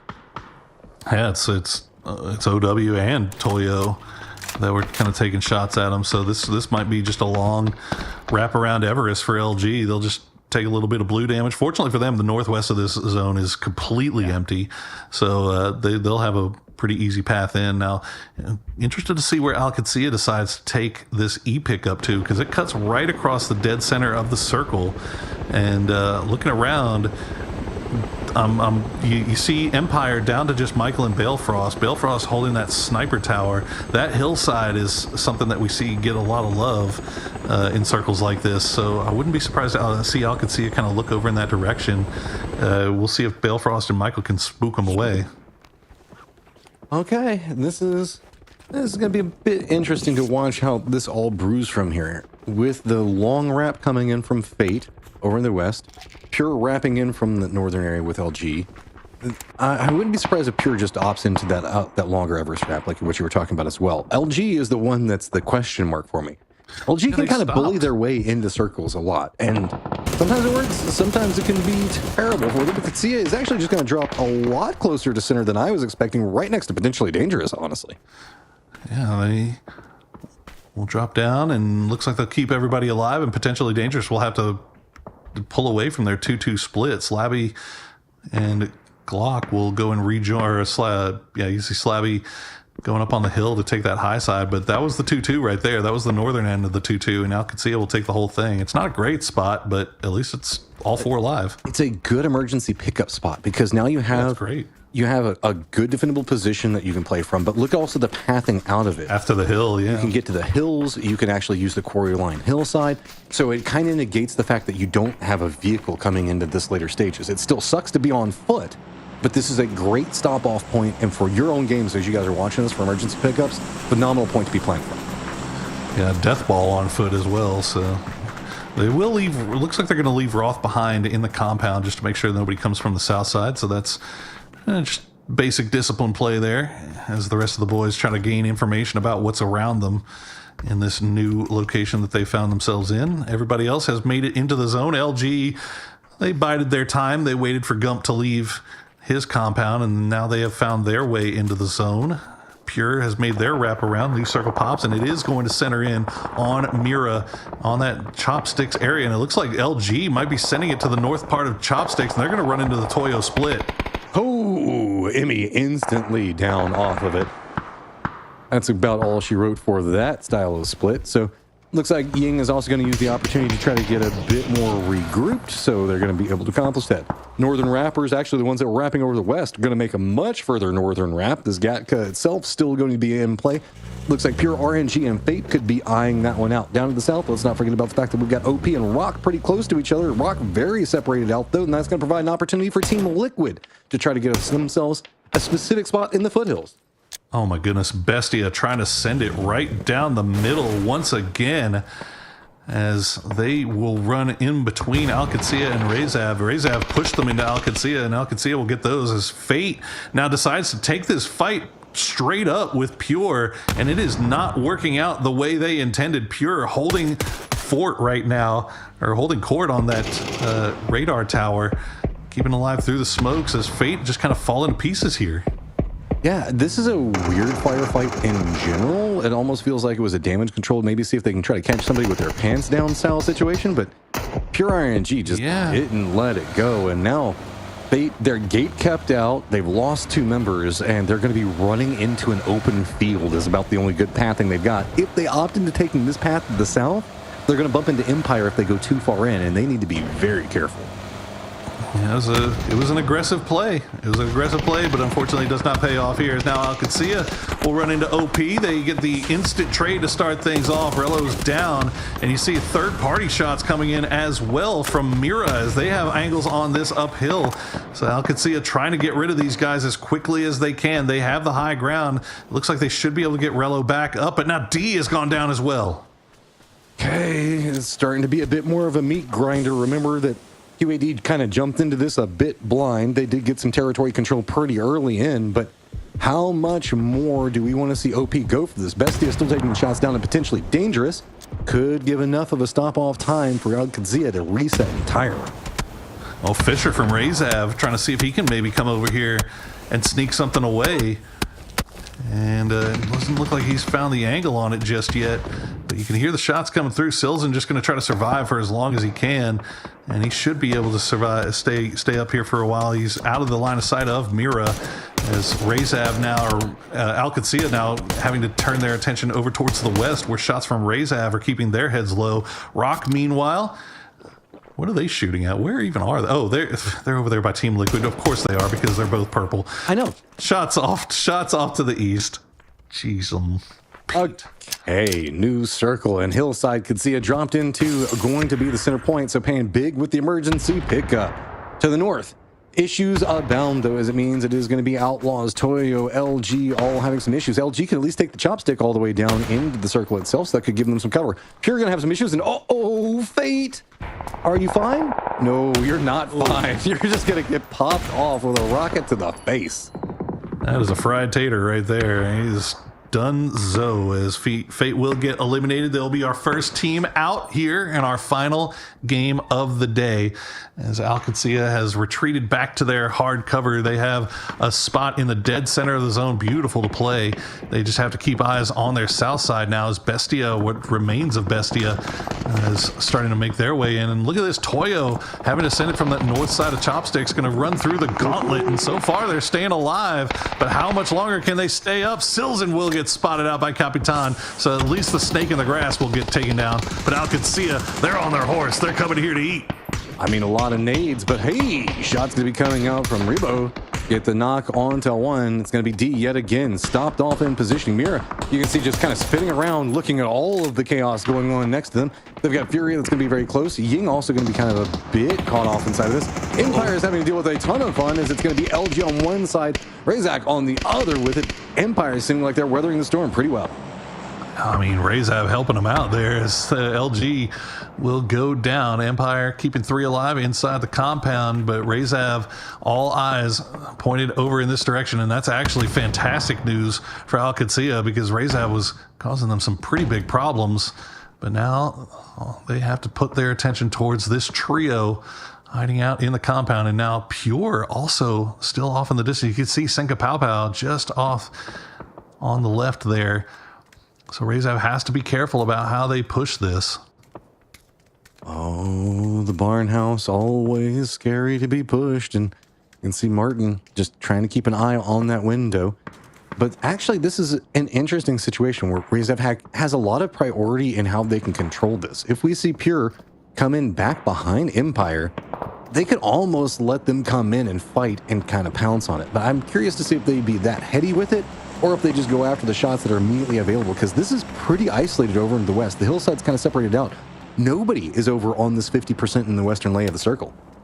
No, yeah, I think if you're Razav, you just let them hold on to that building for now, and just see if they can maybe defend you. As we see, Yin Yang decided to take a Circle 4 E pickup, and they were getting sprayed down by every team on the north side of the lobby. Somehow they've managed to keep everybody alive, and guess where they have decided to go? They're coming here to join Razav and Empire over here on the west, but it is not working out that great for them. Hey, Razav, 5 kills. Get that roll going. We were talking about the importance of it, getting some type of moral victories out of it. Look at this. Stacking up some kills is going to make that feel way better. With a new circle pop on it, Pure, you've got to make a move of your own. Furia has to move, but they're kind of caught up with Outlaws over into the north. And we also do have Team Liquid and Rock that are going to have to regroup. They're very close to each other in the east, is continuing Razav getting what they can. Good shots there. Gets Slimy to pull down, but potentially dangerous. Still have 4 up. They've got that compound on the southern side. They are on the low side. They're eventually going to have to leave that. And meanwhile, Team Liquid and Rock, that's what I'm looking at over here on the east, as Bielcalmo just gets absolutely sniped between Purdy Curdy and Alo, and that's going to force the rest of Rock to push back down to the south. You're in a lot of trouble. I mean, Purdy Curdy's bolting. Yes. Can we just go to Purdy Curdy's POV and just stay there? And he's the entire time. He's bolting at Furia, trying to run out and get into Mira's position. I love it. All right. Oh, Furia, actually dangerous. having to deal with Outlaws. The Outlaws are going to be jumping into the vehicle right next to them. They're just going to kind of have to let this one... Nope, they don't want to let it go. They're instead just going to pounce out at the perfect moment. Holy Posa. I don't know what the plan was, Outlaws, but it did not work. Posa just absolutely bodied you guys. 3 kills for him. And hey, that's points, baby. That's what we want at this point. Mira just waiting to see if anybody shows their face, as Posa most likely going down to the blue here. Just try to out heal a little bit longer and hope for the best. Meanwhile, the Razav compound is still popping off. I just don't understand how Posa gets so much better as a solo. It's just, I mean, he's a really good player in general, but like solo play, Jappa? He just constantly does, whoa, hey, picked up 2. Nice, nice. Your boy is kind of popping off right now as a solo. Jappa, and he's going to get Senka Pao Pao as well. Jappa from Yin Yang is holding off the entirety of Pure single-handedly, while Kane is trying to take the fight over here to Razav as well. The 2 solos from Yin Yang are causing so many problems here on the west. Hey, Razav, you're going to have to deal with close range push coming out. Empire, they've got it pretty much on lock. You got to be careful with that outer wall, but Michael's got a present that he wants delivered. Empire is sitting at their 2 up. Looks like they've regrouped around this outside wall, and it is going to be Razak trying to figure out how they can kind of counterplay around this one, because there's a lot of threats, with Pure still also looking at this one from the north. Oh, Jappa goes down. Sleep well, young king. Posa will go down as well to the blue as Mira starts to make their way in. Team Liquid kind of keeping eyes on that, while Punich just waiting for that smoke to reveal itself Hopefully they can get that res onto Balefrost. Razav kind of hoping the same. They get Martin back on his feet. Kane still in the mix here, though, for Yin Yang. And you also have those 2 remaining members of Pure, Penta and Rafa, that are inside the zone that are looking over in this direction as well. This is interesting because now everybody has to get out. Balada gonna go ahead and get the knock onto one. Has to try to step away. Actually, no, doesn't get that. So he's just got to run. And now it's just become a chaos fiesta over here as 2 members still up for Empire. Looking up on the high side of this one, they have to see if they just want to try to get away from it. Michael Balefrost doing a good job on navigating some very difficult situations. Laucha, the last one up for his squad, but he's in some trouble. Pure on one side, Empire on the other, and the last member for Yin Yang all the way down to the south. Good work there by Empire. They'll be able to get Punich back on his feet, remain 3 strong. Laucha just holding the angles. Meanwhile, potentially dangerous and Bestia. They potentially dangerous try to push in the duo of Bestia. The Bestia does eventually go down, but they were causing them some serious problems here as Laucha trying to slow things down. Empire, they're sending many people up in, and okay, they will take him down in the end, but it was looking a little dicey there for a second. Kane, though, still alive for Yin Yang. What can you do, Kane? He's waiting for it. He wants somebody to walk in front of him. Up to the north, Team Liquid making a wrap around could spout out Mira. Remember the fact that Team Liquid was taking those bolty shots into everything that was going on here with Furia, Mira, and all that other stuff. Toyo still feeling pretty good, center of the circle. Kazia as well, still holding down their compound as well as a split up to the road. Potentially dangerous down south. Rock pretty close to him. My eye still keeps getting brought back over into what could be going on. Kane is, whoa, that was a spin back around, and Alo got pumped. Yeah, absolutely. Got spray down, and now Purdy Curdy going to go down as well as Team Liquid maybe biting off a little bit more than they could chew. Didn't know that Toyo was going to be so aggressive peeking over the top of this, and they catch him slipping just a little bit. Mira, though, down to just the 1 player in LFP.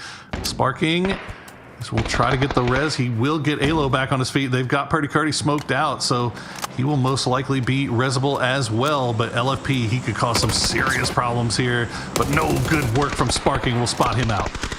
Okay, this hillside's getting a bit too crazy. Toyo making the push down on this angle. Luke's just playing around the tree, gets knocked onto one. Looks like he's making the commitment into the flush as Sparking's gonna be back behind him. Not a lot that he can work around this angle. Tree still providing enough cover for now. Utility coming out. Binya can't see much. Gonna go for the shoots back. Does manage to get the knock onto a Capitan. Binya together making this push. Team Liquid is gonna go down, and Mira survives as well. Wow, it's going to be Mira, the snake, that gets the final kill. And Toyo, they were down to 3. They lose 1, but Capitan and Benya still alive. 5 kills for themselves as now Alcacia starting to sniff around and push in this area. As EMP, they will eventually spot out Kane. I think, no, Kane's still alive. Never mind. Still watching him. He's got goals, man. Kane has been the sneakiest snake that I've ever seen. Somebody took some, I'm not sure how, but Empire lost another player here. So they're down to just Punij and Michael. LFP still snake there for Mira on the north side. You got the duo from Toyo and the single player in Kane. Potentially dangerous, still 3 strong. Rock still 3 strong, but they're outside of zone. Now Katsia has eyes on all of this. So Kadzia's positioning is really good for the circle. As the new one has just popped, they can still kind of work around it. Their heart's content. The problem is that they've got a lot of the stronger squads that are closest to them. They've got Rock just to the south and then potentially Dangerous that could take that footpath right up into next to their building. So they've got to make sure that they monitor that. If they do kind of focus down into the south and what's going to be coming with Rock and potentially Dangerous, that's going to allow Toyo to get a lot more movement, and Capitan already has control over the center. Yeah, that's the biggest problem for Alcacia is they have to keep focused on this south side. Now, fortunately, potentially Dangerous and Rock are going to scrap amongst themselves, so that should soften them up a little bit here. They have to let Cowboy keep eyes on the north, so it's only a 3-man squad from Alcacia keeping eyes down in this direction. And now D has gone down to a grenade from RBN that landed on top of that roof. Now, Rello is basically solo holding the push here from Rock. This is just right up in their face, but Rello gets the knock and a quick follow-up. That's all he needs. Stops. Rello keeps the control, and they should get the res as well. Potentially Dangerous makes the run up. That does mean a lot of territory is going to have to be surrendered so they can get this res, though. Holy moly, I said it was all on Rello's shoulders to make sure so that he could hold that push off for long enough to get that revive, and he did so judiciously. PD trying to take that high ground here to see if they can maybe catch Alcacia slipping. And they don't have the angles. They're not seeing it just yet. The flashbangs get sent over the top, but it's not going to be enough. Roth will find the angles onto Slabby. Knocks him a little bit low. We'll have to pull back down. And now Rello wants to be the aggressor. He's going to come over and see what he can see, but there's just so many players over there. You can't stay up there for that long. Let's not forget Kane is back behind, potentially dangerous, just watching. I mean, that was a bold peek coming up from Kenzia, and instantly saw 3 members jumped back away from it. So look at the new setup that we can see coming out. 2 members high ground, also making sure to control the low ground path, even putting down a shield behind this one. Kane's going to have to creep up back behind, potentially dangerous, into a pretty open section in just one moment. But with this firefight happening down to the south, that means that Toyo, as well as the solo for Mira and the 2 members for Empire, can kind of calm this one down for the time being. Oh my gosh. Rello's got a Lynx. Rello's got a Lynx, and he got the knock on the Glock. Not the knock on the Glock, and now he's going to try to get another one. Rello eaten here in the late game on day number 1 as D will find Gabri. Slabby's going to go down as well, and Alcacia cleans up the south side. 9 kills. Okay, we said that they had to focus in and surrender a lot of the circle to accomplish it. They did, and they didn't even take a casualty. But the consistent Snake and Kane is still over here waiting for his moment. Getting loot back into a better situation. Looks like they can see if maybe they can get their meds back better off. But how much firefighting has been going on. Blue. Oh, that's big. That's a big tempo switch coming up for Kazia. They've got high ground. They've got ridges to play, and it's Toyo now making a push into Empire's line. Yeah, they get the first knock on a Michael. Punich going to try to go for the revive as quickly as he can. Capitan, though, continuing to wrap around on that side, looking to see if he can find an angle. Punich back on his feet, but the double deployable covers for Capitan and a crate. Why not? Give him a lot of room to work with here on that northern side. But Alcacia, they taste victory. They know that they've got this one in hand. They've just got to do it cleanly. Don't make any mistakes. Nothing stupid here when you've got something so sure at the end. And they know that they have supervision on both of the other teams right now. So they're just trying to make sure that they can get as many kills out of this as possible. Everybody playing up against the zone wall right now. The center entirely open. Smoke's now starting to go out to control a bit more of these angles and see if maybe they can get some center control off of it. Roth leaning into the Empire side. The other members of Katsuya look like they're pushing a bit more into Toyo's situation. Roth does get the knock onto Michael. He's been getting hit a lot, so that's going to be an easy pickup. And now just 3 remaining, and Katsuya still in control. Yeah, Roth being the bulldog here.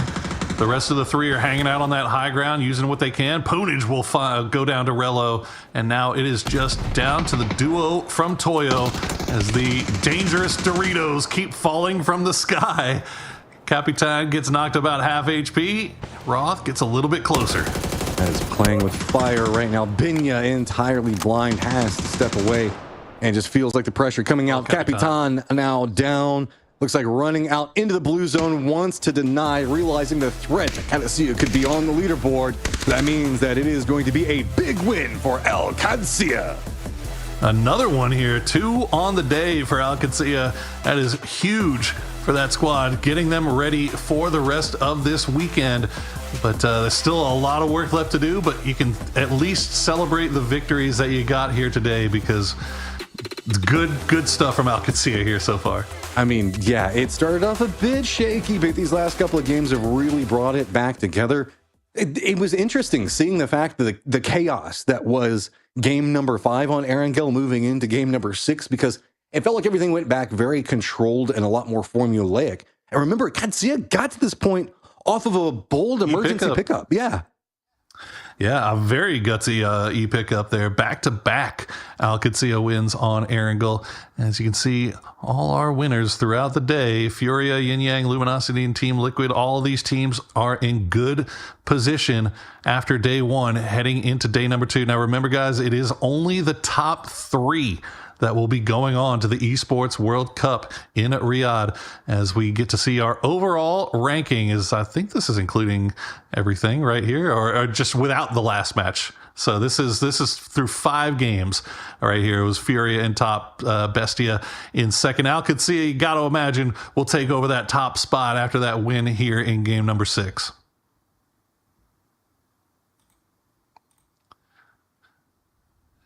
is, let me see how the rest of the leaderboard shakes up. Now, all of that being said, you still have the lower half of the leaderboard is still well within range, even all the way down to Team Mira with 23 points.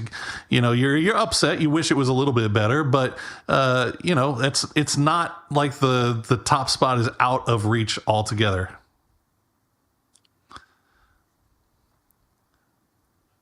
I think I lost Matrim. I don't know what happened to him. We lost him.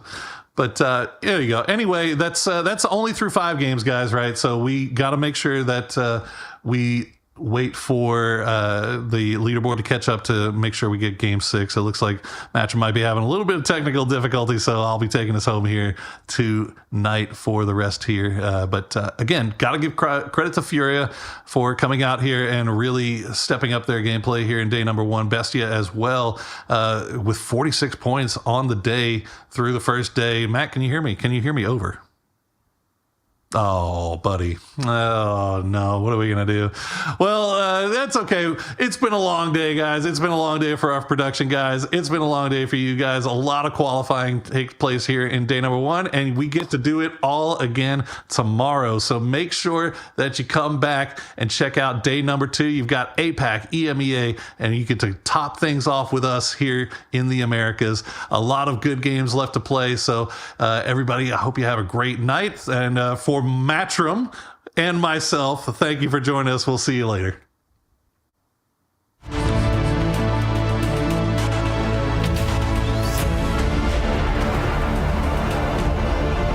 Oh, he cut out in Discord too, so that's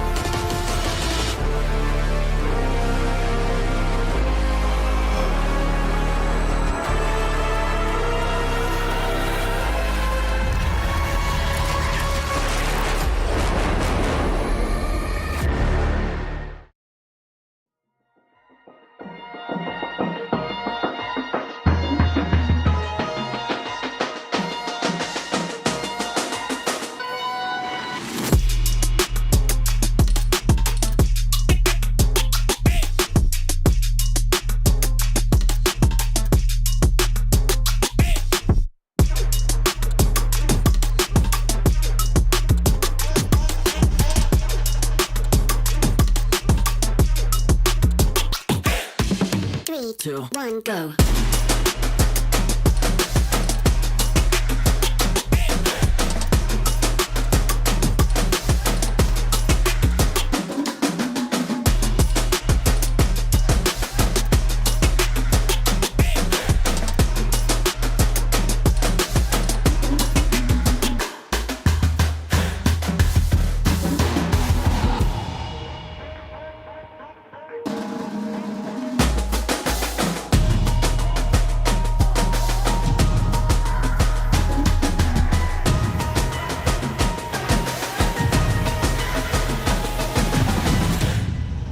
Three, two, one, go.